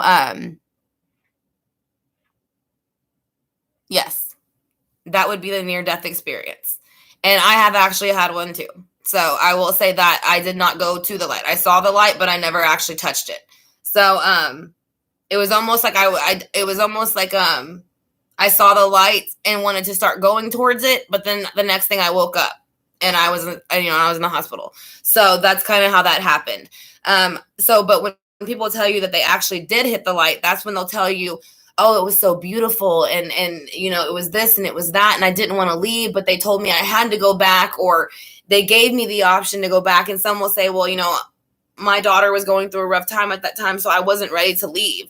I said, but like I said, most of the time, once you've already completely passed, you kind of already passed. But a few people do get the option of coming back. If they have not completed something, or there is something left that is very major in their lesson. So that is another way that the tunnel and the light and all that ethereal cord with the tunnel works. So as long as before you hit the light, your soul is still attached to your body with your ethereal cord, the silver cord. Now, once you hit the light is when it starts to dissolve the cord. And that's when you hear people talk about they spoke to Source, and that's when they had the conversation with him about whether they wanted to go back or not, whether they should or not. Like I said, again, these are all near-death experiences. If they all come back and say that they came, that they are, had this near-death experiences, but there are different stories of them. Like I said, like how Sandy said, she saw the tunnel and the light at the end, but I guess the same thing for me. I saw a bright light and it was warm and it pulled me towards it. But then it was all of a sudden, like, I just don't remember anything after that, and then I woke up later, and that's when I found out what happened, so it's kind of one of those things. Like I said, now with the people who actually cross over in the near-death experiences and then come back, those are the ones who will tell you all the details and will basically tell you there's no words to describe what they saw or what they felt, that it was just the warmest, loving place. And that's the other thing, too, when you pass. A lot of people say, well, what about the material things in the world? Do people, it's okay to hold on to material items of someone's, especially a loved one, a husband, a wife, anything like that, a daughter or something. There's nothing wrong with holding on to material things. But they do want you to know, though, that for us, it's to comfort us, to hold on to someone's materialistic things. Like, just for example, say this was, now this was given to me for my son, Connor's dad, and it has all of our names in it. So to me it's important. I don't have a daughter, I have sons, but this is something I would still give over to my son. So now when I pass, this is a decision whether to keep it or not, so but I want people to know too, sometimes people will have a lot of guilt sometimes about getting rid of people's things, or having to clean out their apartments, or having to throw things away, and so they'll kind of like hold on to a lot more than they should, for example, like my grandma wears my grandpa's necklace and his shirts. So that's what she kept, she kept his plaid shirts and his jewelry. So that's, what she did. And like Sarah said, she has her brother's hats, but they do just want you to know, though, that is a soothing item for you, and it is okay for you to do what you choose with them once they pass. So if you ever approach the situation to where you have to go and maybe clean out a loved one's house or things like that, it's okay to throw some of the things out that, or even give away, that you think somebody else might need them or could use them. Like I said, because once you pass, I don't want to say you forget your life, because you don't. But as far as the little things like this necklace, it's not that I'm going to forget it. It's just, it's not going to be there anymore. You know what I mean? I'm not going to be able to have it in that realm. So, I'll remember it in my mind. Like if I want to go back to that moment, it was given to me, I can do that. And so, or just like Star, whenever she goes and looks at that hat, she can remember, a particular day that maybe she saw her brother wearing that hat, or a conversation that they had, and that just makes her feel better. So that's okay. Like I said, but they do just want you to know, though, if there comes a point like where a natural disaster, for example, again, where flooding comes, and just say, their items get destroyed, and you're heartbroken because you feel that, that these items are now destroyed, and that was your connection to them. They just want you to know that the item, they're not within that item. That item is just there as a, basically a gift of a memory, like I said. But again, like I said, when they pass over it, little by little, you kind of forget about all the earthly things that you had. Like I said, even people who have had near-death experiences even say, as much as they love their children, and everything was fine, once they had passed to this near-death experience, and this is when they are basically told they have to go back a lot of times, because they will say, like there was one lady, for example, she had been diagnosed, I think it was with HIV. I don't know if it had advanced to AIDS or not, but she had gotten very sick. It was when it first came out, and she had a daughter, and her daughter had left, the hospital. She told her, "Oh, go ahead and go home." She'd been very sick. That's when they were first figuring out how to help, work with the immune system. She had pneumonia, so that's very detrimental, especially when HIV and AIDS were first coming out. So, excuse me. I burp a lot. Sorry. So she was saying basically, though, when her daughter had left, she had flatlined. She had passed over.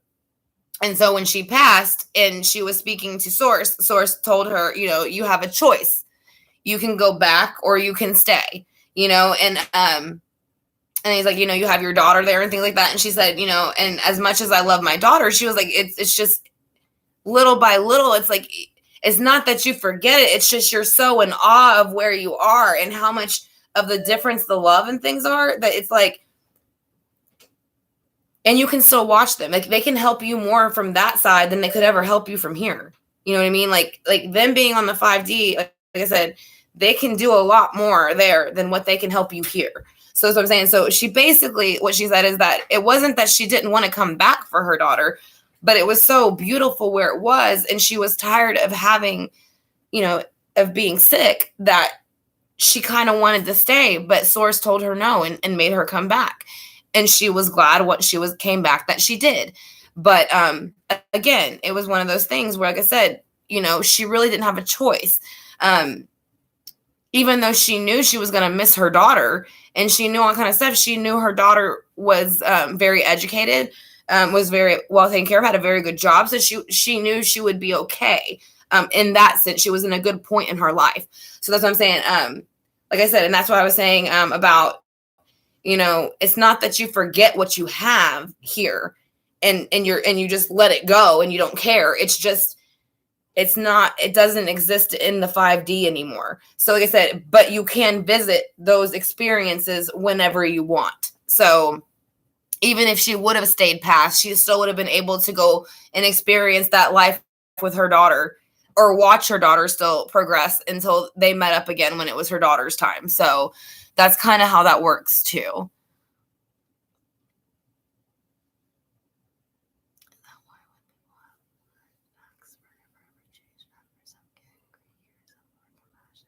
Yes. The ones who get more compassionate are going to be the ones who get closer to the light. And also too, and that's a good point that you brought up about heart attack, Star.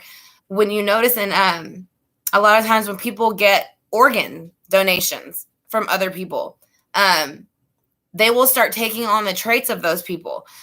There was a man who had gotten a, I don't know if it was a young boy or a girl's heart or exactly what it was, but basically they liked music. They played the guitar.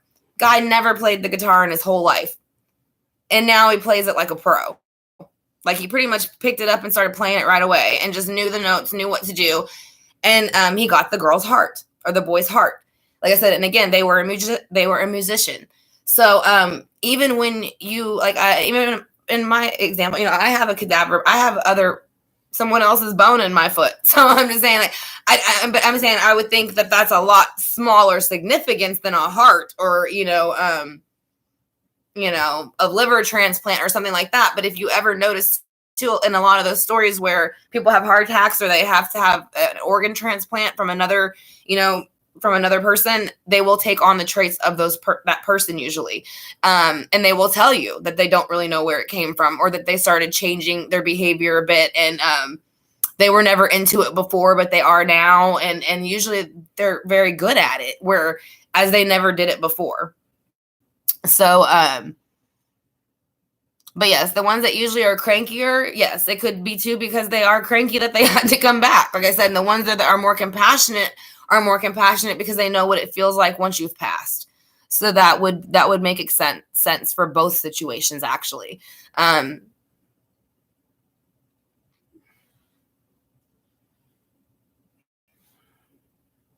Yeah. Yeah, I can understand that too. Like Star, like with example for my first son, I loved meat. Like I'm a meat eater. I'm in Texas, so I love steak and things like that. But when I got pregnant with Connor, 10 years later, I did not like meat. I could not eat it. I didn't want it. The whole diet was completely different. So yeah, that's things like that happen too. Like even before, I used to be able to, deal with dairy a lot better than what I do. I mean, and I know some of this is just getting older too, and just how the human body itself works. But yeah, you do take on the people around you's traits a lot of times, and like I said, and especially when you are pregnant. Like I said, there was things that I would eat that I never ate that I don't eat now. And again, that they do say that is because of cravings and certain things like that. But I do think a lot of it has to do with your DNA combining with somebody else's DNA and it being, it's a growing human being inside of your system. So they have a personality of their own. Now your soul is not in there in the womb because it would get bored. Again, your soul does not come into your body until you are actually born. And that's why whenever you do rotations in the hospital in the OBGYN department, and most of them will tell you when a child is born, you can feel it come in the room. Like the presence hits the room. Like you can feel it. A lot of the times, not only will the parents cry because of the emotional overwhelming of the situation, but a lot of times you'll kind of see a nurse or a doctor kind of tear up a little bit here and there. But that is when your soul actually does come into your body, like into the human body, though, is when you actually are going through the birthing canal coming out. Because I said, otherwise your soul would be bored just hanging out in the belly. Like I said, now it might go in and out a little bit to kind of just see as it grows, like, and hears the mother's voice and things like that, and the father's voice and things. But, yes, at that point, you have two different DNA combinations in your body. So, and again, there was like certain things like I'm pretty sensitive, with my skin anyways, like certain lotions and things.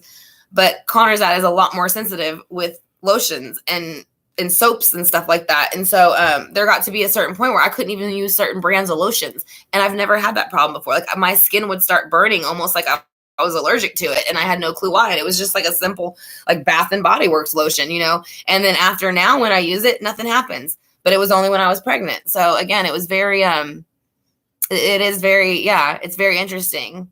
I do agree about that, about the DNA and being pregnant, because yes, a lot of the traits, I think that get written off to just, pregnancy symptoms sometimes and cravings are part of the other person's DNA and the other being that you're growing.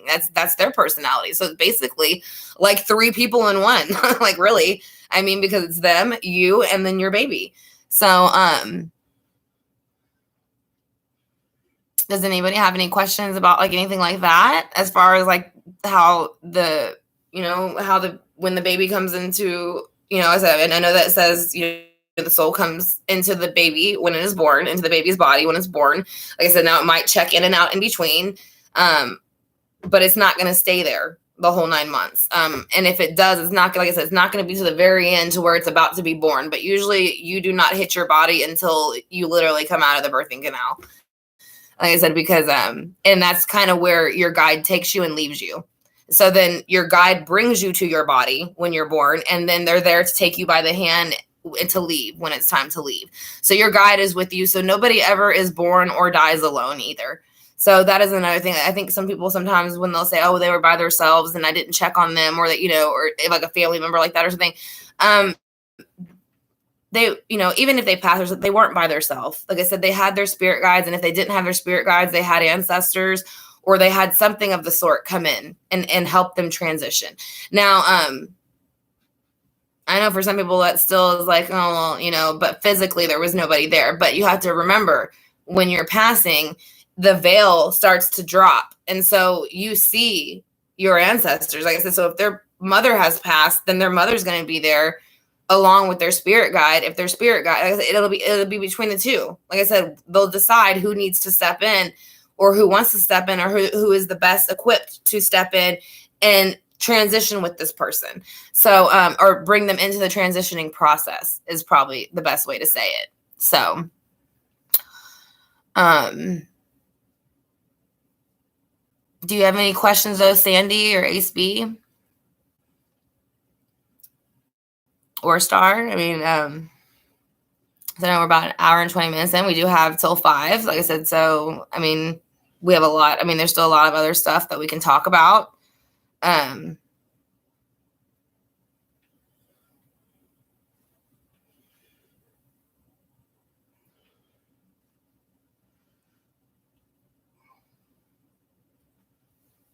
All right. So now with the ethereal cord, I'll go ahead and mention that again, just because I don't think Sandy was here for that part. Now, okay, this is my example of the cutting the cord when you're in this life to end karma, so that you're not connected to somebody constantly who keeps causing, because just say like there's some people you just can't, like they just won't get out of your life, and they keep causing problems, and you keep trying your best to like move past the situation, or you feel like you've just done this forever with this person and you're just tired of doing it. You know what I mean? Like, so you're basically on the karma merry-go-round with this particular person, and you really just like, I don't want them around anymore. Like I don't want to deal with them anymore. Like I don't even want to see them when I pass. You can make that possible, but there is a step to it. So like I said, it is called ethereal cord cutting. So it is cutting the silver cord. Like I said, now, again, this is something you can do, but again, it's only if this person is just complete, I would say it's maybe an ex-husband who, was domestic or was abusive, cheating, or just somebody who's completely just caused havoc in your life, and you've done everything to try to make it better, but it doesn't get better, right? So there's actually a step process, like Sandy is saying, there's someone like that in her life right now. You can actually go ahead and cut the ethereal cord between you and them. So that way in this life, they can no longer interrupt or interfere. And then when you pass on into the next life, you don't have to go through that whole karma cycle with them again. The cord will already be cut. So, that is something that you can do. It is a process, and it actually is like tying from what I remember, it's tying like a rope almost, and like it is like kind of like how you would light a white candle and kind of, bless your home. It's the same thing as that, but it's saying that, I no longer want to experience this situation with this person no longer. I have learned my lessons, and I feel like it is not benefiting me anymore to interact with this individual. So I would like to cut the silver cord, my ethereal cord, in connection with this person. So, and then you go ahead and you literally cut a piece of rope or cord. And so that is how you can that is a ritual of doing that. But remember, like I said, when you're doing that, you are cutting that person completely out of your life here and in the 5D.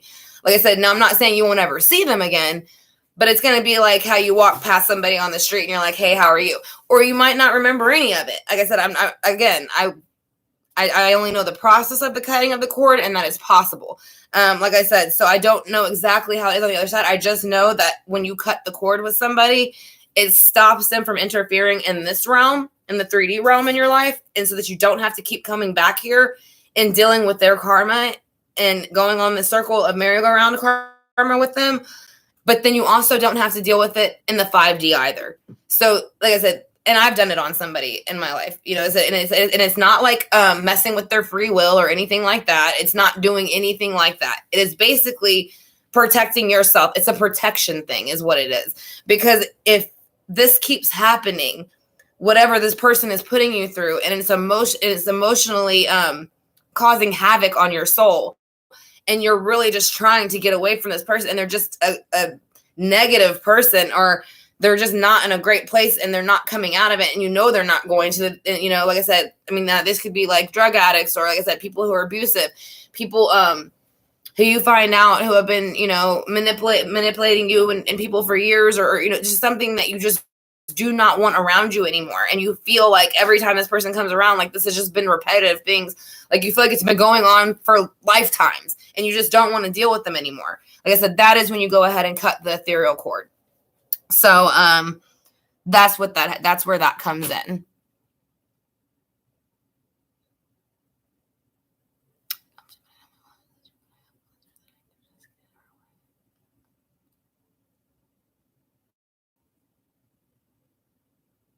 Yeah.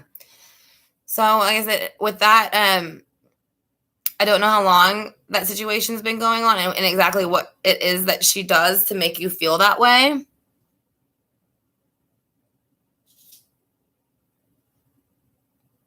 Yeah, you can do it in any situation. I see the person that I did it on, I see them quite often. But honestly, once I did it, they kind of came out and admitted everything that they had done wrong. And it kind of actually solved the problem. So that's what I'm saying. Like, we get along very well now. So that's what I'm saying. Because there is no ethereal cord attachment no more. That's why I cut the cord. Because the cord was keeping those feelings and those emotions and that karma attached. So once I cut the cord between us both and said that, we both, at least for me, I wanted to move on from this person. I felt that I learned my lesson in this life with them, and I would like to move on. So that is kind of, how that worked. So like I said, but now when I see them, in this life, like I said, we have no issues at all. So like I said, and this is after I cut the ethereal cord. And literally within a few months, like I said, they had called me and told me everything, that they apologized for what they had done in the past. I accepted, we moved on, and everything's fine. That's what I'm saying. With the ethereal cord thing, like I said, again, that is not messing with anybody's free will. That is to protect your soul, because your soul is connected to somebody else's soul at that time who might not be in a good place. And you don't want to be connected like by a, silver umbilical cord to somebody else who's in a darker spot when you're in a lighter spot or trying to get to a lighter spot. So yes, like I said, it might even improve y'all's relationship, to be honest. Like I said, it improved the relationship for me. Like I said, we get along a lot better. The only time there's problems is if somebody else interferes. As long as it's just me and that person socializing, there's no issues. But if somebody else comes in, then it becomes issues. So that's what I'm saying. So that's how it worked for me when I cut the ethereal cord. So but it does work if you do it properly. I said, and again, you can basically, like I said, it's not messing with anybody's free will. It's just saying, in this life, I have learned my lesson. With this person, I know that I have probably experienced this with them in past lives, especially when it's a very, very, very like this was years that this went on between me and this person after, things went bad. So that's what I'm saying. Like when it's stuff like that, where it's just, you just can't take it anymore. You know what I mean? So that's when I said, I feel like we've done this before. And I would like to go ahead and cut the ethereal cord between us. Like I said, I wish them the best. And I want the best for myself. So I think the best thing for both of, for at least for me, it would be to cut the ethereal cord from my side. So, and that's what I did. Like I said, so it was nothing, like I said, the other person's, wasn't really even brought into it, other than the fact that I do realize that I did have a past life with them. And I do realize that we were having a hard time balancing out the karma, and it's not getting better. So, but I have learned my lesson and my wrongs in that particular situation of things that I could have done differently. So but you have to also do that too. You have to accept what you did in that situation that could have caused it to go that way before you cut the cord.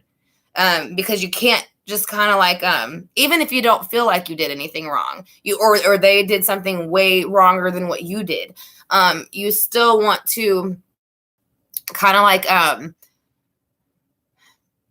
you still have, if someone has a disagreement or two people don't get along, it's not like you can really argue with yourself, right? So it's like, it's because somebody else is saying something back or doing something. And it could be as simple as I said, somebody just pushing your button for days, and you finally get pissed off enough and go like, well, F off. I'm sick of your crap. So go away. Like, I don't want nothing to do with you. You know what I mean? Like, even though that would be a normal reaction, because for, days you didn't say anything. So, and then you finally get frustrated enough and tell them like, go F off and get away from me. You know what I mean? Like, I've done nothing to you. Leave me alone. Like I said, even though that's not wrong to say, in the spiritual realm, the best thing to do would be to ignore them and pray for them, to be honest. Now, again, that's hard to do, in the 3D, and when we're in our human bodies and when we're feeling these emotions and these things happen to us, or people do things that hurt our feelings, or vice versa. Like I said, but to cut a cord, you do kind of have to accept any responsibility that you might have added to the situation. Like, I was still learning patience at that age. I was very, very young. So I didn't really have as much patience in some situations as I should have. So that's something I had to accept, that I was not as patient as I could have been, or that I didn't pick and choose my battles sometimes. Like I said, but again, that's kind of normal for early 20s. But you have to kind of accept that. You have to say, I could have handled that differently, or something like that. Or, maybe went and asked somebody who had a similar situation for advice.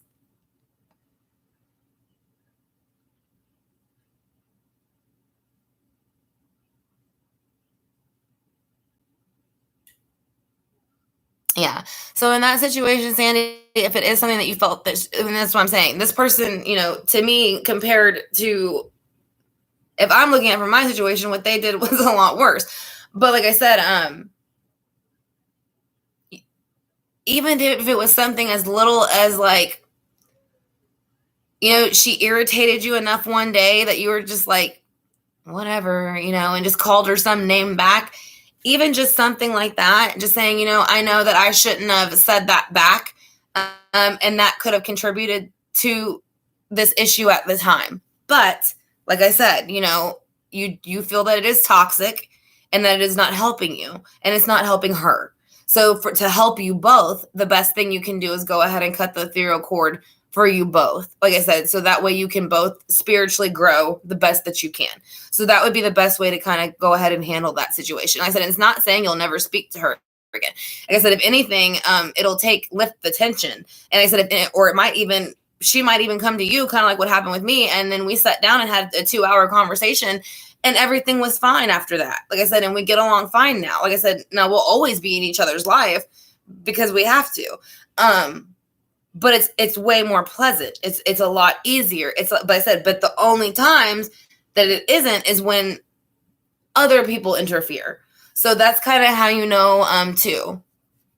Yes, cut out the toxicity. If it is toxic for you, then that's what I'm saying. That's okay that's when it's okay to say, this is not helping me grow spiritually, and I feel like this is something that is just not going to get better. So it is toxic, and I would like to cut it out. It's like cutting out a cancer, kind of.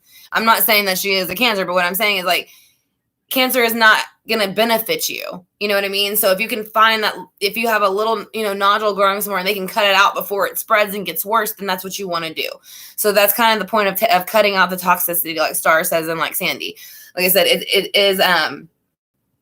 It is a way to cut the cord of all the negativity that happened in past lives and in this life. So you can move on fresh and clean with a brand new start from here on out. So like I said, it's not saying that, it's not messing with free will. It's not doing any of that. It is just, it's taking all the past karma away and making a clean slate and a brand new beginning for y'all's relationship. So that's basically what you're doing. Like I said, and it is to benefit the both of you. It's to help to grow your souls together. So it is a benefit. So and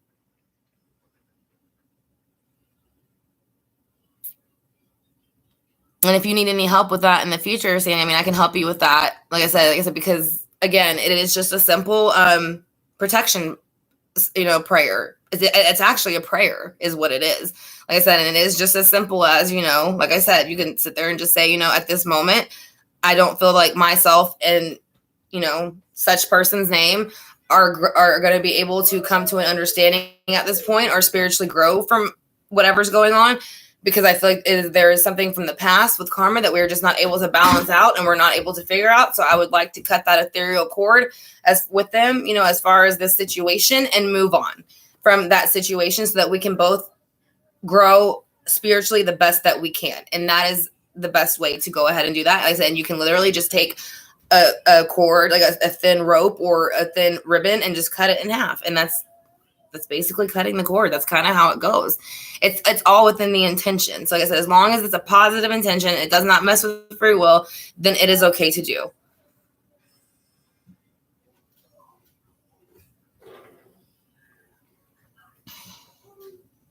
So we kind of talked about the pre-planning of life. We did talk about past lives. We talked about, why people, come in with autism or Down syndromes, different kind of disabilities.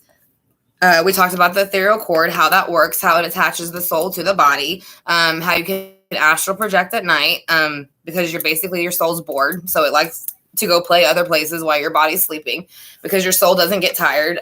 Your soul doesn't get hungry. Even when you're on the other side, there is food, but it really doesn't have any flavor. So a lot of times, like some people will even tell you, like when they come back here, they'll tell you like once they pass, obviously, and you meet them on the other side in the 5D. Like I've even heard stories of people saying like they come back to Earth just to eat, because they love food. And over there you have food and it'll look beautiful and gorgeous, but it doesn't really have much flavor because the soul doesn't get tired. The soul doesn't need food. The soul doesn't need any of that. You don't have to relieve yourself. There's no diseases. There's no pains. There's no any of that. So it's basically just a great time in the 5D. So, but yeah, I mean, people will come back even to Earth to just experience little things.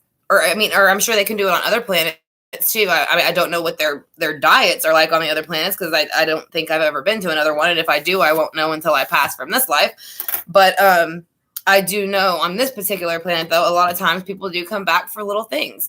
Like I said, and it can be because they've come here many times. Like I said, so whenever you pass over and people will be like, oh, well, which planet did you go to? Where did you reincarnate to? And you're like, oh, planet Earth. They'll just look at you like you're crazy. And they're just like, oh my gosh, like you went to Earth? Like you're nuts. You know what I mean? Like, what was it like? Was it, and they're like you're considered like a warrior on the other side, like a spiritual warrior if you come to this planet. And so people who have done it many, many times, they're very, very high up there in the spiritual rank. So like I said, and those are the people who will come back a lot of the times for a little bit to help their family members. That's when I kind of ties back to how I said earlier in the beginning that like when somebody, comes, like, for example, I kind of did with Star as example as, me being, her daughter in a past life and, her mother or her being my mother in a past life and me wanting to come back as the mother and her come back as the daughter, but she doesn't really want to. So I keep rewriting this soul contract. So I finally convinced Star to come back as my daughter. And she's like, okay, fine. I'll come back, but I'm not going to, but the whole purpose I'm asking her to come back mainly for the short amount of time is just say that I've never lost a child. So I want to know what it feels like to lose a child because I've never experienced that. And there might be other people within my soul tribe who haven't experienced that, who also want to experience it. Because again, when you pass, you all merge and you share your experiences. So like I said, with Star, like I said, and me, like I said, you would just switch roles to balance out karma. And so that's what I was saying when somebody comes in and they're here for a very short time, it's usually just to help the other person with their lessons. And that's why you also hear the phrase a lot of times, God takes, or takes the great one sooner, or something like that type of phrase.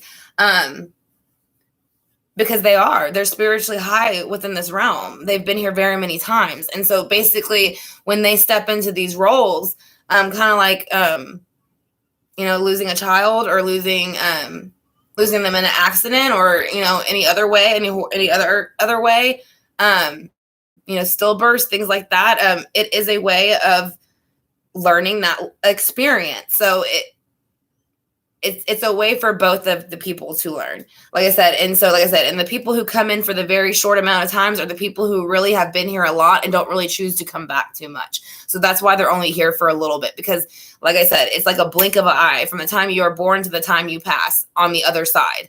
Like I said, so like whenever you get ready to leave, they're like, oh, we'll see you in like 5 minutes, whereas here it's like what, it could be 60, 70, 80 years. It's not like that there. So that's what I'm saying. So they'll say, I'll come in for a little bit, but I'm not staying. So like, it's literally like a minute for them to be here and then back. So like I said, that's the people who kind of have been here quite a bit, and they're just here to kind of help their soul tribe grow.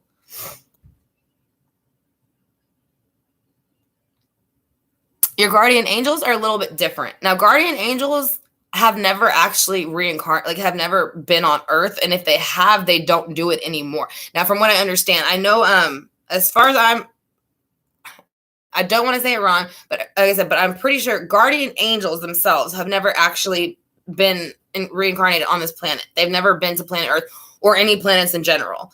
They're there to kind of just be your teacher and guide you. Now, you have ancestors that have been here before that will also come in, and that's what I think that's the part of the thing. When you're born with one main spirit guide, but you have at least 3 to 4 spirit guides.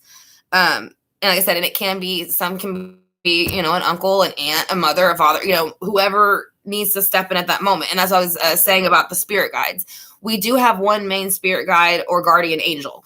But as we go through different experiences in our life, there might be one experience that, say, our guardian angel isn't so experienced with, and so there might be another ancestor or guardian angel who is more experienced in that area, as far as like dealing with a divorce or dealing with the death of a loved one. So whenever that happens, the spirit guides will kind of switch places. Now, you'll always still have your main one, but they'll kind of step back for a moment and let the other one step forward and kind of help you through that. And then when it's over and they can step back in, then they step back in as your spirit guide. But they're always with you. You have one spirit guide from the time you're born to the time you pass. So you're not born alone, and you don't die alone. So that is something, I think that's what a lot of people are scared too. They're scared, well, what happens when I die? I don't want to die alone. Where do I go? What if there's nobody there? You'll never be alone when you die. Like I said, even if you pass at your house, from a heart attack and there's nobody there, you're still not going to be alone. You will have your guide and your ancestors and everybody there to help bring you over and let you and explain to you what happened. And so, I mean, I know when I was younger, that was the biggest thing that I was scared of about passing, was, even though I'm Roman Catholic, I completely believe in all that stuff. But I mean, it's hard to picture something that you've never seen, right? So I was always like, well, what will it look like? Like, all I can picture is just, like not like a void, but almost like if you were looking at the sky at night, where you just see all these stars, but that's it. You know what I mean? So like, I always wondered, like, what if I just like float in the space into nowhere? You know what I mean? And it was explained to me like, no, it doesn't happen that way. Like, it just doesn't. Nobody's ever left alone, no matter what they do. Ted Bundy had a spirit guide. Charles Manson has a spirit guide. They all brought them over with them. That's what I'm saying. Ted Bundy's still an asshole and still doesn't learn nothing. Like I said, but he's going to be that way for a while. He always has been. He's just so wrapped up in who he was here. He won't let that go.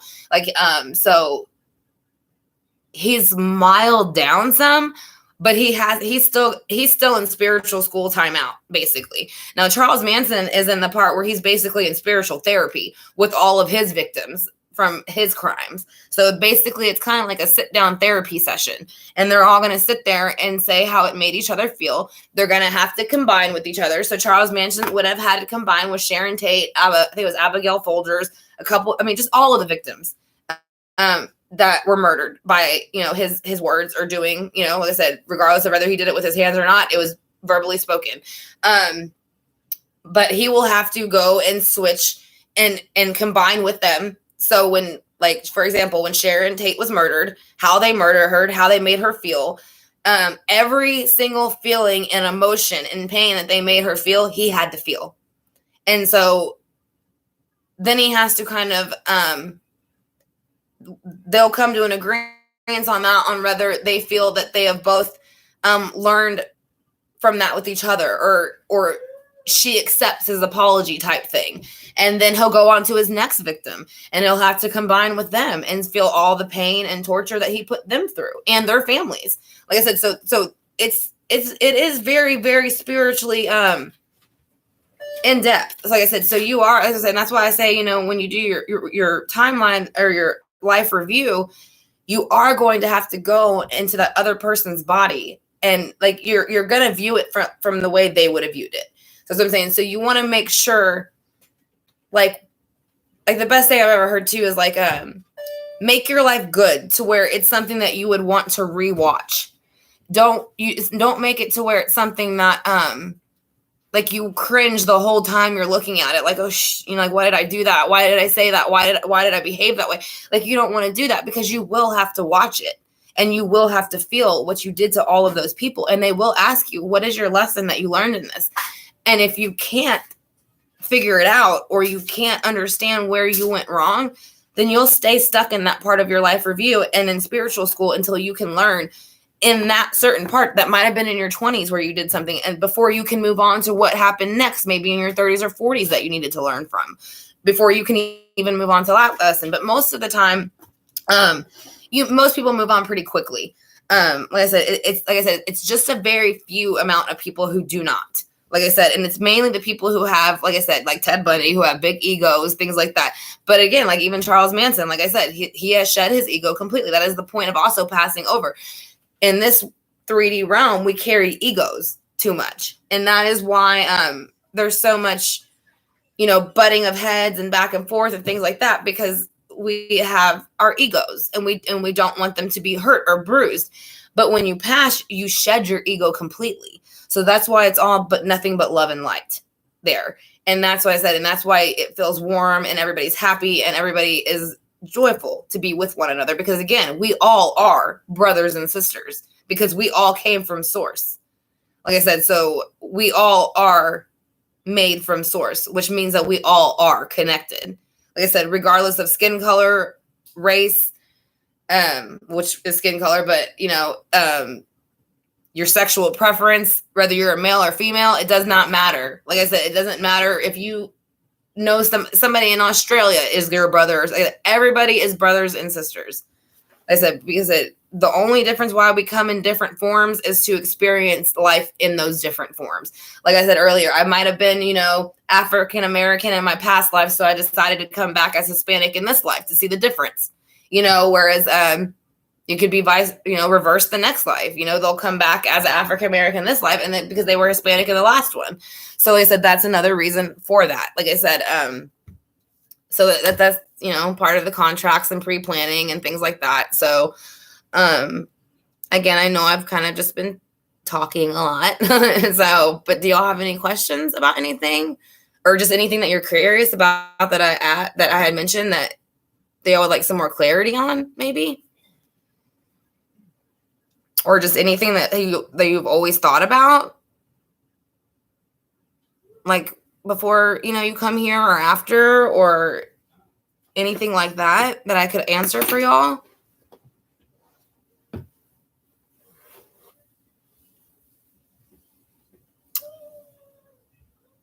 I said, this is stuff like I have studied for years and years and years. So I kind of like, there's so much of it. Like I said, when we will talk about all the different realms too, because like I said, there is one that's like all like the fairy realm, kind of like how Star had said that she likes to go into like the fairies and the fort. There's a realm that's more like mystical fairies, and there's a realm that's more like planet Earth, and there's a realm that's a little bit more, whatever else you would want it to be. And then there's a realm, like I said, where they keep for the people where they don't really want them with the rest of the souls because they haven't learned their lesson. That's the timeout. That's the timeout school.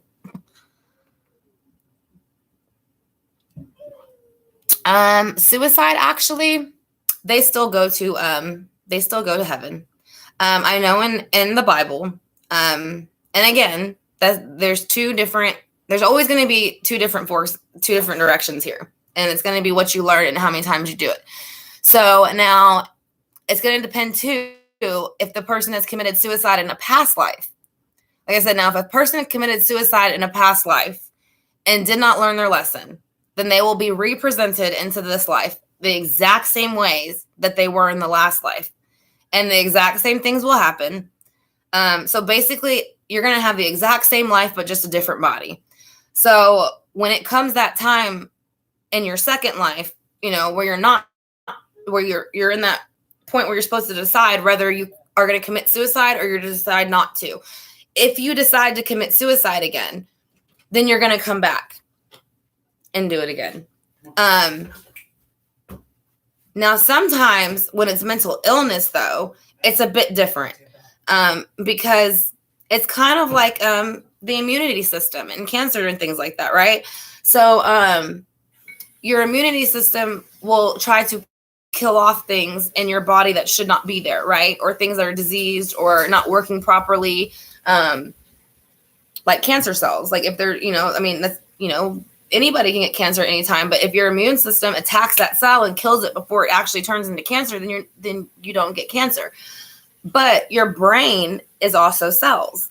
So this is an interesting theory, but it makes sense to me, and it makes sense to a few other people I've talked to about it. And we'll see how your take on it, ACB, is after. But basically, when people commit suicide, it's because their brain is sick. They're mentally ill in some sort of way, unless it's being managed. So, but a lot of the times, people who do have those mental illnesses will kind of,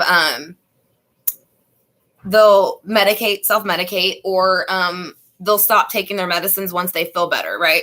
And then so their brain starts kind of going out of whack again. So the body's first response to anything that is a threat to the human body and it functioning properly is to destroy it. So that's usually when you get a virus or your body kicks a virus or kicks the flu before you get it, because your immune system kicks in and goes, this isn't acting right, it shouldn't be here, and they destroy it. So the brain is kind of the same thing. If your brain isn't working like it's supposed to, and it's not being managed nor taken care of, then your body is going to kick in and try to destroy it.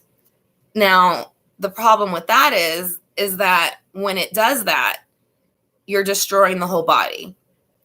You're taking your life. So that is the theory for me behind suicide, because I've known people who have committed suicide and they are in heaven and they are there. They haven't came back. And so it's going to have to go with their lesson of karma and why they did it to begin with. And then how mentally ill they were to begin with. Like some people have even committed suicide just to get back at another person to make them feel bad. Again, that to me is mental illness to a certain extent. But, it's just going to depend. Like I said, I have had a couple people in my life, like friends and family and things like that, who have committed suicide. Quite a few, unfortunately. A lot of classmates too.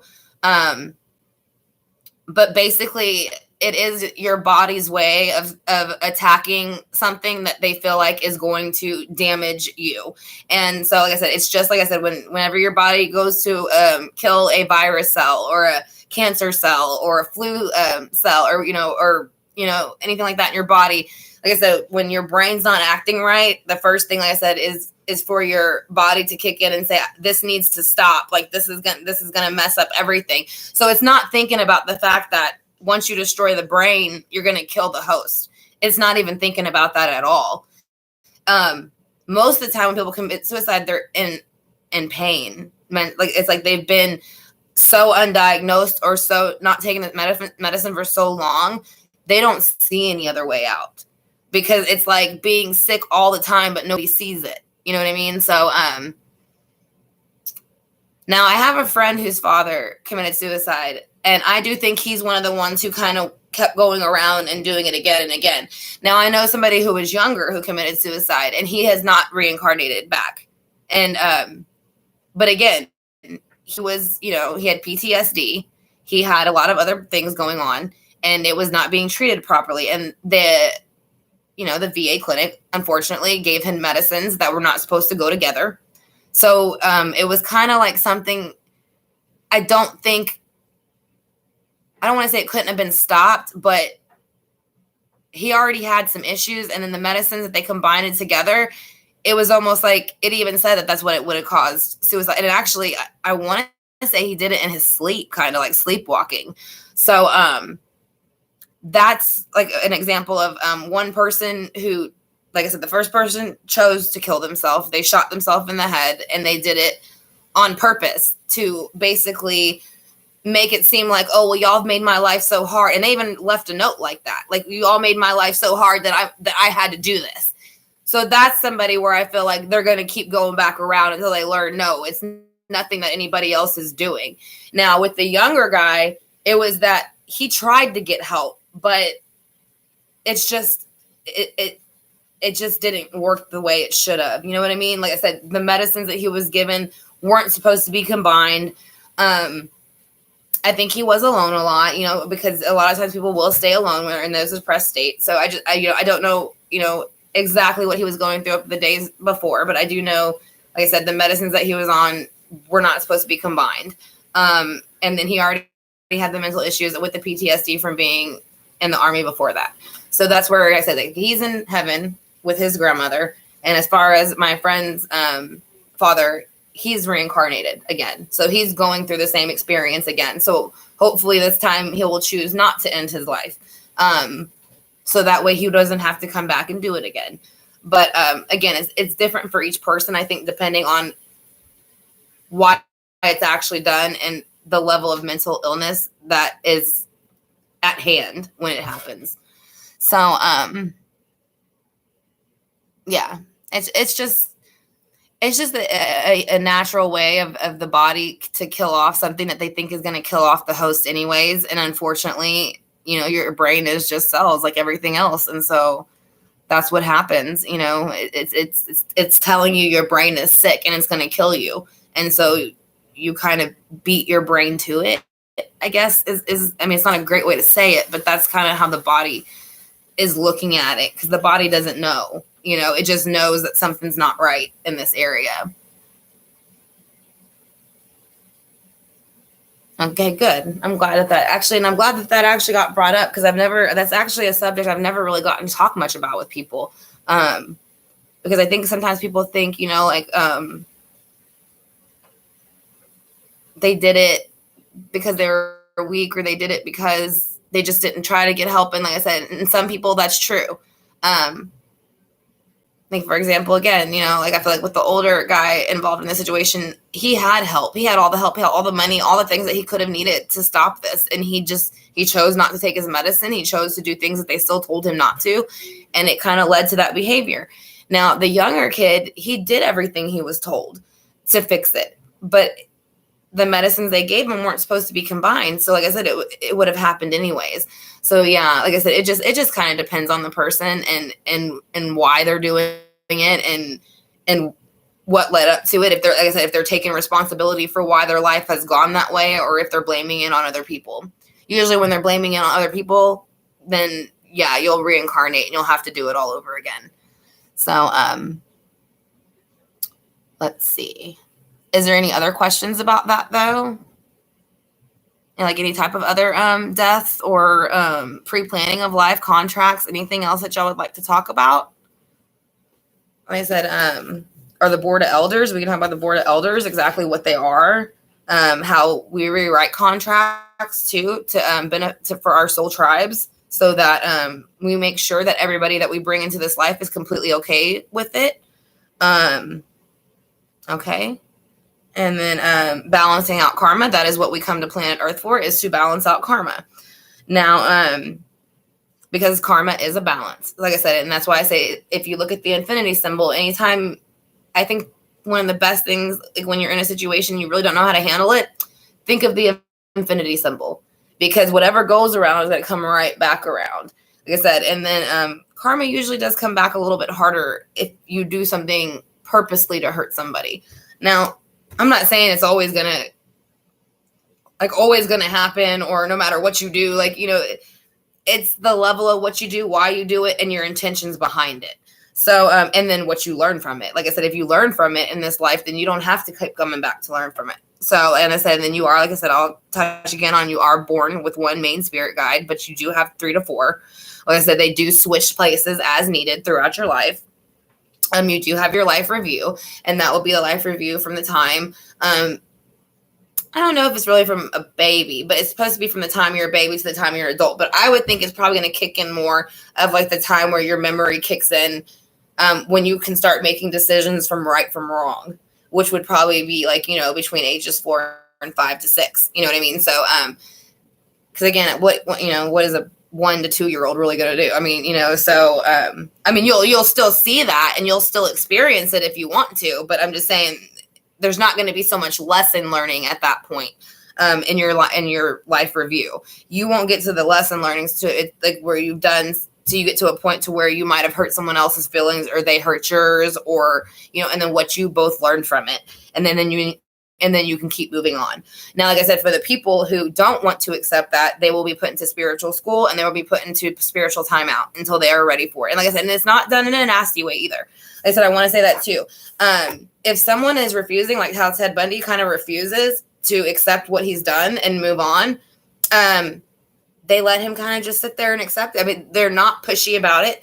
They're not like, well, you did this and you did this, and I can't believe it. They're like, okay, well, you know, like, we'll give you time.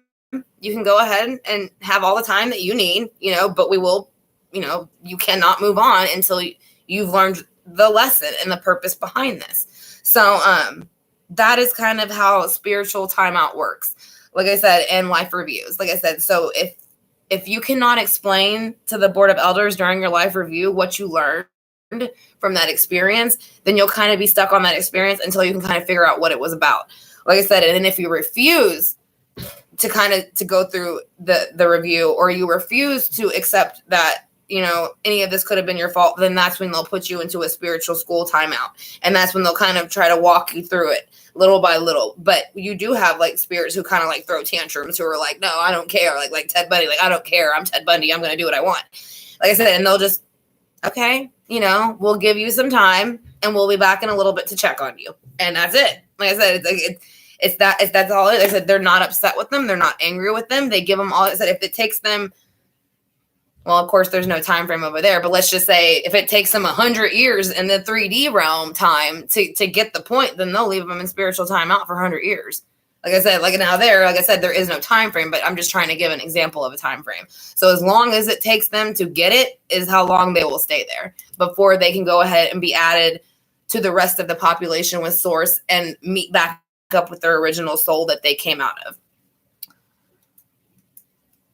Okay, good. Thank you, HB. I was hoping it was kind of flowing smooth. Like I said, I know this was, you know, the first one, and I was trying to make sure that everybody, you know, got the links okay, which I do know that's not working completely right. So I am going to work on that after, you know, and see what it is that I can do to make sure that the link is there. Like I said, or I'll just start the lives earlier and then text you all the links so that way y'all can just come right in, and I'll text you about 10 minutes before 2 every Saturday, and that'll give you the link to the video. It says but again, like I'm pretty sure you can private message me on Patreon and put your phone number in there, so that way if anybody ever has a problem again trying to get in, I can just go ahead and send you the link right away and you can come in. So but do you have an HB that says everything's good? So I'm glad that it's been described well for you. Like I said, I know I jump from here to there sometimes, but it is all kind of attached. Like I said, I mean, the pre-planning of life and the passing of life, it all kind of, it transitions back together. That's why I said, to me, this whole thing is basically just the infinity symbol. Like this whole course. Like I was going to do it split up, but I was like, you can't really split it because your pre-planning of your life goes with the review of your life. So you kind of have to know both to understand how they go together, and then the spirit guides and how they work. And then why, you know, I was saying how people who come in with disabilities, they're basically having like 5 lives at once because they want to get as many lessons and get as much from it as they can. So that's why they do that. And then and then ethereal, cutting it with a cord. You know, if there's a certain situation that you can just not seem to get past, or, you know, doesn't get any better, you have that choice of the ethereal cord cutting. And I mean, that's pretty basically most of how pre-planning is and how past life transitioning goes. I know we're just on 2 hours here, so we still have another hour. If there's anything else that y'all have questions about as far as the pre-planning with the contracts, the elders, the board of elders, how you review things. Yes, people with disabilities are the strongest of the souls. Most people, like for example, someone who doesn't have a disability. Technically, I do not have a mental disability or anything like that. So this would be like me, like I said, just experiencing this life as one soul, one life. Now, for example, my son, he's autistic. He is one soul, but he's basically getting the experience that I would get if I came back 5 times in a row. So that's kind of like they're super, super warriors because like they're doing it times 4 or 5 than versus what the rest of us are doing. So that is, yes, they are very, very strong souls. Like I said, and they're in, and especially to come to planet Earth like that too, because like I said, planet Earth is known as the war planet, you know, so especially for the soul. So that's what I'm saying. So to come here, and like I said, for someone with a disability, a mental disability, physical disability, any type of disability, it's already hard here as it is. So to have those disabilities, and then let's be honest, you know, not everybody is so understanding. People can be very cruel. Even my son now, he's 12 years old. You can clearly tell he's autistic, and I still have people look at him and give him goofy looks when he's doing stuff, or he'll just say hi to somebody just to be nice. He'll just be like, "Hi, how are you?" And they just look at him like he's like, "I don't know you. Don't say hi to me." And I'll just tell him, you know, it's okay, Andrew. Some people are just rude, you know, and that's the best way to just handle it sometimes, you know. I mean, for at least that's what I do with my son, you know. I mean, he's sweet as can be, and that's what's odd, you know. It's like I've seen other kids, you know, I mean, say hi to other people all the time, and most time people say hi back or they whatever, but it's so odd when it seems like Andrew does it. It's like he gets these goofy looks like how dare you say anything to me, you know what I mean? And it's kind of like, it's a child. A child's telling you hello. Like, why don't you just say hello back? It's that easy.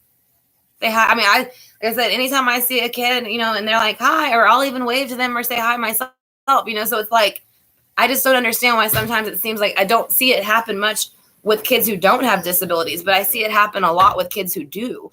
And that's what I guess kind of confuses me a little bit, because you would think they'd be a little bit more politer, but it's not. It's like it's the opposite. It's like they're more rude, to be honest, to the child. And that's what I'm saying. And the child's trying to learn how to be socially acceptable and proper, and saying hello and doing those things. And by the person kind of staring at them like they don't know what's wrong with them, then it kind of makes them feel like they did something wrong, you know? So it's kind of like there are different challenges as coming in different forms. So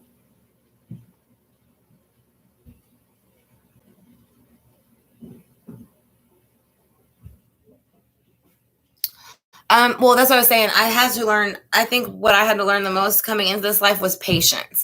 When I was very young, I was kind of, I don't want to say, like I'm quick-minded, but I mean, most of y'all have been in my chats. I kind of talk fast sometimes, because I'm thinking quickly.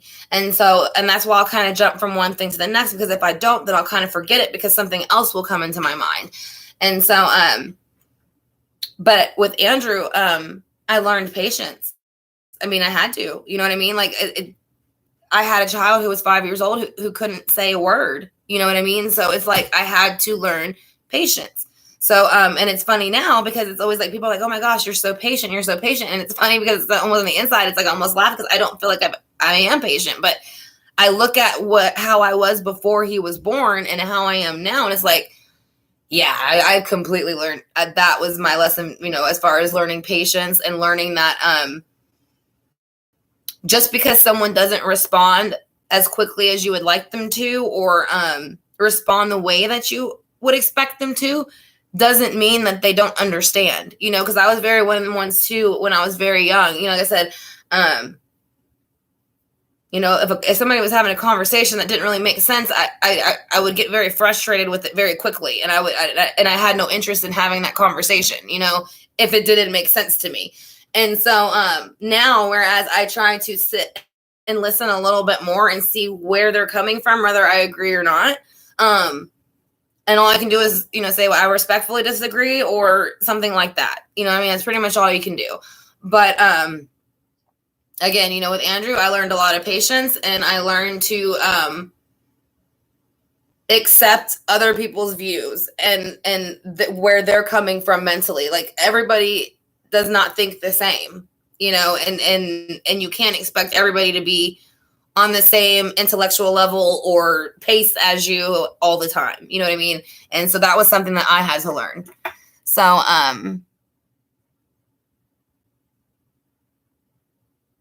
yes. And it is. And that's what I'm saying. That's what's sad about it, Sandy, is that, like I said, he's trying to learn how to be polite and talk to people and whatever. And it's like, and I said, it is the oddest thing, because I know when kids say hi to me, I don't hesitate to say hello back. I wave to them and I smile. And this is before I even had my kids. But it seems like I see it a lot with just Andrew. And I don't know if it's because they can see that he has this different look to his face, that he is autistic, or they see him ticking or making noise because he does that, like the like why he flicks, that high pitched sound. I don't know if that makes them uncomfortable. So as soon as he says something, like, so it's almost like they're like, like they don't know what. I don't know. I just know that it's most of the time when I see kids say hello to somebody, I never usually see a person be rude or ignore them back. But I notice with my son, it happens a lot. And that's the best thing I can just say to him is say, yeah, people can be rude and it's okay. Like, you did the right thing. You said hello. They chose to not. So it's okay. You did the right thing, So, I'm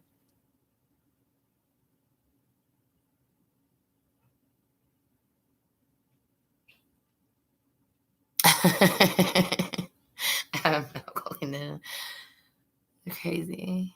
Then back when we was younger.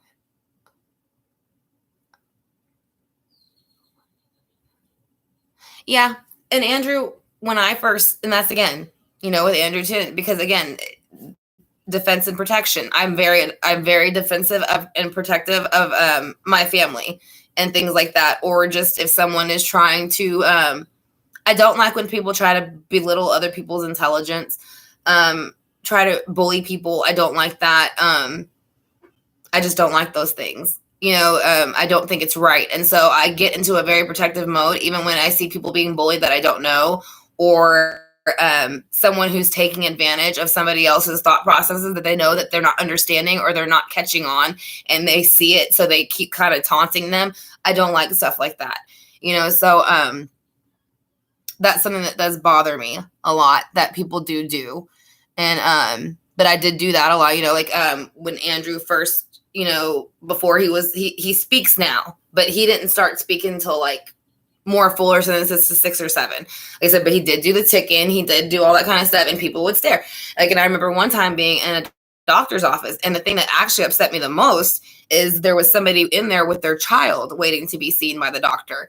And she was in scrubs.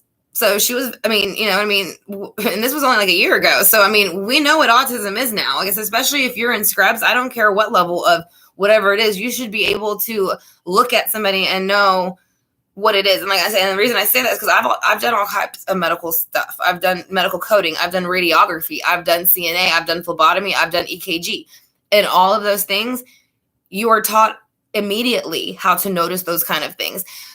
So we were in this office, and Andrew was ticking and kind of going, and then she was staring, and just giving him dirty looks, like he was just being so annoying and she couldn't stand it. And I did the same thing. I got defensive, and that was the first time in a long time. But I don't think it's even wrong to get defensive though sometimes. I've said that. I've literally said, what are you looking at? Like I said, that's what I'm saying. Like, can I help you? Like I've told him, like, can I help you? What are you looking at? Like, you're in scrubs. You know what I mean? Like, so you should have enough intelligence to know to understand that this person has a disability, if you're in scrubs, and you work within a hospital. So that was my like moment of like, can I help you? What are you looking at? You know what I mean? But I'm not going to say I don't have those moments sometimes now. It's on a day-to-day basis, and it depends too on who's doing it. Because we have some, with Andrew being special needs, we have some parents at the school who are just nasty to other parents in the special needs, which I don't understand. You would think that you would try to make a bond with them. You know what I mean? And there's some that do. Like I said, there's a lot of parents that I do, but there's a lot of parents who are just defensive and nasty, even to other parents with special needs children. And I don't understand that. I can understand when you're first, like when Andrew first was diagnosed, I can understand the defensiveness and the not knowing how to, but after a while, when I started seeing more people come in over the years as Andrew got older, and I saw there, like I even had a lady one time, and she'd get upset with every single teacher the kid had, and they both had her son was a little bit more autistic than Andrew, but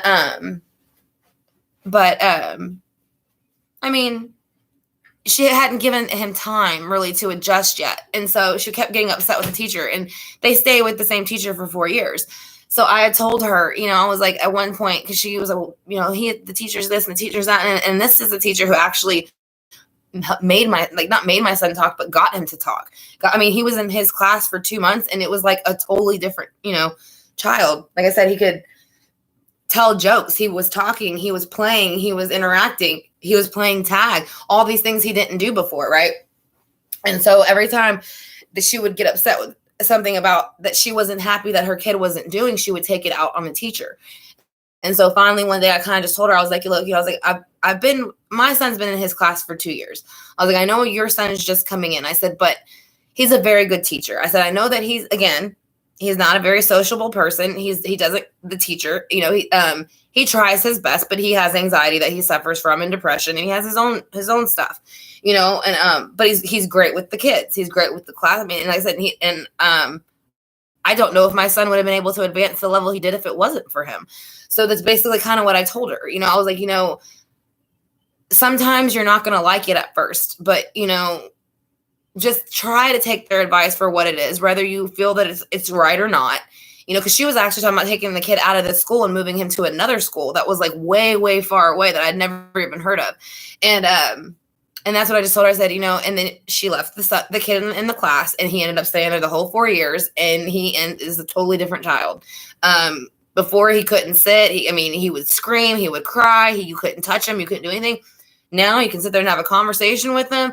It's like totally different child. And that's what I'm saying. So it's like sometimes too, it just takes, especially as a parent, a little bit time when they first get the diagnosis to understand, how to handle it. Cause I know with Andrew, it was like one day he was talking and he was paying attention. And it's like the next day he woke up and it was like, he wouldn't look at me. He wasn't talking anymore. It was like his eyes were almost glossed over. It was just this totally different child. And it is a bit of a mourning process when you first find out, because they do have their personality before it kicks in. They have a personality just like every other 1 to 2 year old, 3-year-old would, but it literally is like a switch. It's like a flip of a switch. And it's like, it just stops. The speech stops. The regression starts. It's almost like everything starts going backwards. And so that's when, at first it was hard for me the first month, because it almost feels like you do lose a child, because this child that you have had for the last 2 years who's been a certain way is no longer there anymore. And they basically tell you that person's not going to come back, and this is what they're going to be like now. And so you kind of have to learn to just adjust to that with them. So, and that is how it is. But I know with like I said, the first month of, or probably a couple months. I mean, it probably was longer than a month, but if, looking back at it, I feel like it was a lot shorter process than what I'm saying now. But like I said, it was that almost like the morning. It was a morning stage, because everything that you have planned for this child and for them to accomplish or achieve, or maybe any sports they would want to do, changes a bit. But again, as they get older, you see the things they can do. Like my son participates in the Special Olympics. He has 4 to 5 medals. He has, I think, 2 gold medals, a silver medal, a bronze medal, a tennis medal. I mean, he's basically, so he does participate in sports. He just does it in a different way. So like I said, but he'll already, he'll get a letterman's jacket when he gets to high school, because he does participate in the Special Olympics. So since he can't get a letterman's jacket from high school by participating in their sports, they go ahead and make it to where, since they participate in the Special Olympics, once they get their 3 gold medals, or 3 medals in general, it doesn't matter what they are, gold, bronze, or silver. Once they get 3 medals, no matter what, they will get a letterman jacket from the high school in their town with their name on the back. And that is a great thing for them to do for them. I said, because it does still give them the opportunity to participate.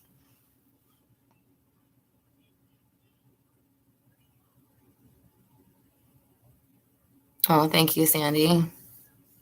I appreciate that. I said a lot of it too is, things, like I said, it was things that I felt I had to learn for myself too. Like I said, the patience and learning that I can't control certain things. Again, I like to do, I like things, like I like to kind of plan. I'm a Virgo, so it's like I don't like things sprung on me, or things to change randomly. But I had to kind of learn to go with the flow, because I said there is this point now where it's like, no, whatever happens. I mean, there's nothing you can do until it happens. So there's no point in stressing out about it, So that's kind of where I've gotten with that. So that also helped me learn that too. And do you have any questions, Star? Are you still here? I haven't seen you in a bit. And we're like about 2 hours and 20 minutes in, but we did pretty much hit the whole pre-planning and the past life transitioning, what your spirit guides do for you, the ethereal cords, how we can use them to benefit ourselves, and how that works whenever we astral project during our sleep, and that's what keeps us connected to our body. We also talked about coming into lives with disabilities, so and how that can actually help the spirit grow even faster and quicker than versus coming in without a disability, and how that helps the people around us grow. Like I said, and as for me, it helped me learn patience, and it helped me to try to realize that, again, you can't control things, and you kind of have to sometimes just sit back and let them happen, and then react later, because you don't know what's going to happen. Things change all the time. So, I know we're still about 30 minutes, really. If y'all want to keep going, or if y'all want to end it here for the first class, it's really up to y'all.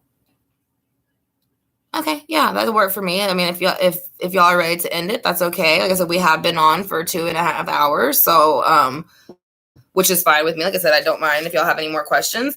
Like I said, but if y'all feel like y'all have gotten out of it what y'all would like for today, then we can go ahead and next week we're going to be doing the zodiac signs and the elements. I'll probably do the zodiac signs by themselves next week, and then the elements the next week, because the elements is going to go into the next month, and we're starting to use the tarot cards. So as long as you know zodiac and elements, then you can understand your cards a lot easier.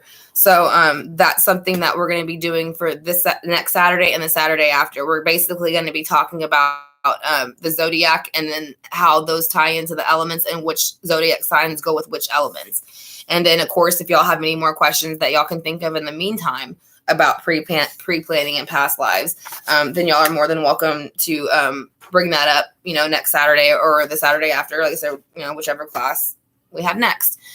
So, all right. Well, let's see. ASB says she's good for today, and then Sandy's good. And I haven't heard from Star yet, but like I said, I'm pretty sure that I said, she can rewatch it, and she also has my number. So if she has any more questions that, because I do know she might be taking care of her family. She's got her kids and stuff too. So I guess if that's all right with y'all, we'll go ahead and end it here for today for our first class. Like I said, and then we'll pick it up next Saturday on the zodiac signs.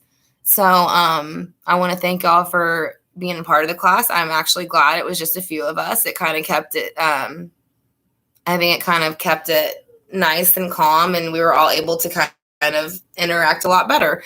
So again, I want to thank y'all for being here, like I said, and being part of the Patreon classes.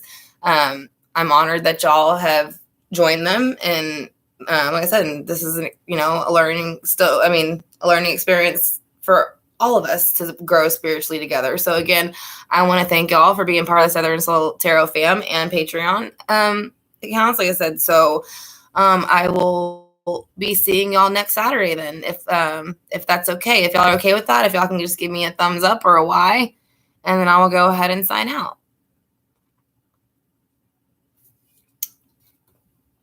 And like I said, and again, if y'all can think of any questions in the meantime, y'all can always message me on Patreon or through my email, and I can answer that too.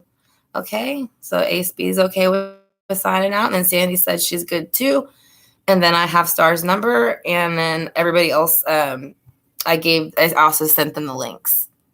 Okay, so thank you, Sandy, and thank you, Ace B. Y'all have a great rest of the day too. I will be doing a spread tonight. If y'all want to join for that, just to join the chat. Like I said, you don't have to do the spread if you don't want to, but I was gonna go ahead and use the Mermaid Tarot, just because I still haven't had a chance to yet. But like I said, I will see y'all tonight if y'all decide to come for the live. If not, then I will see y'all next Saturday for our Zodiac class.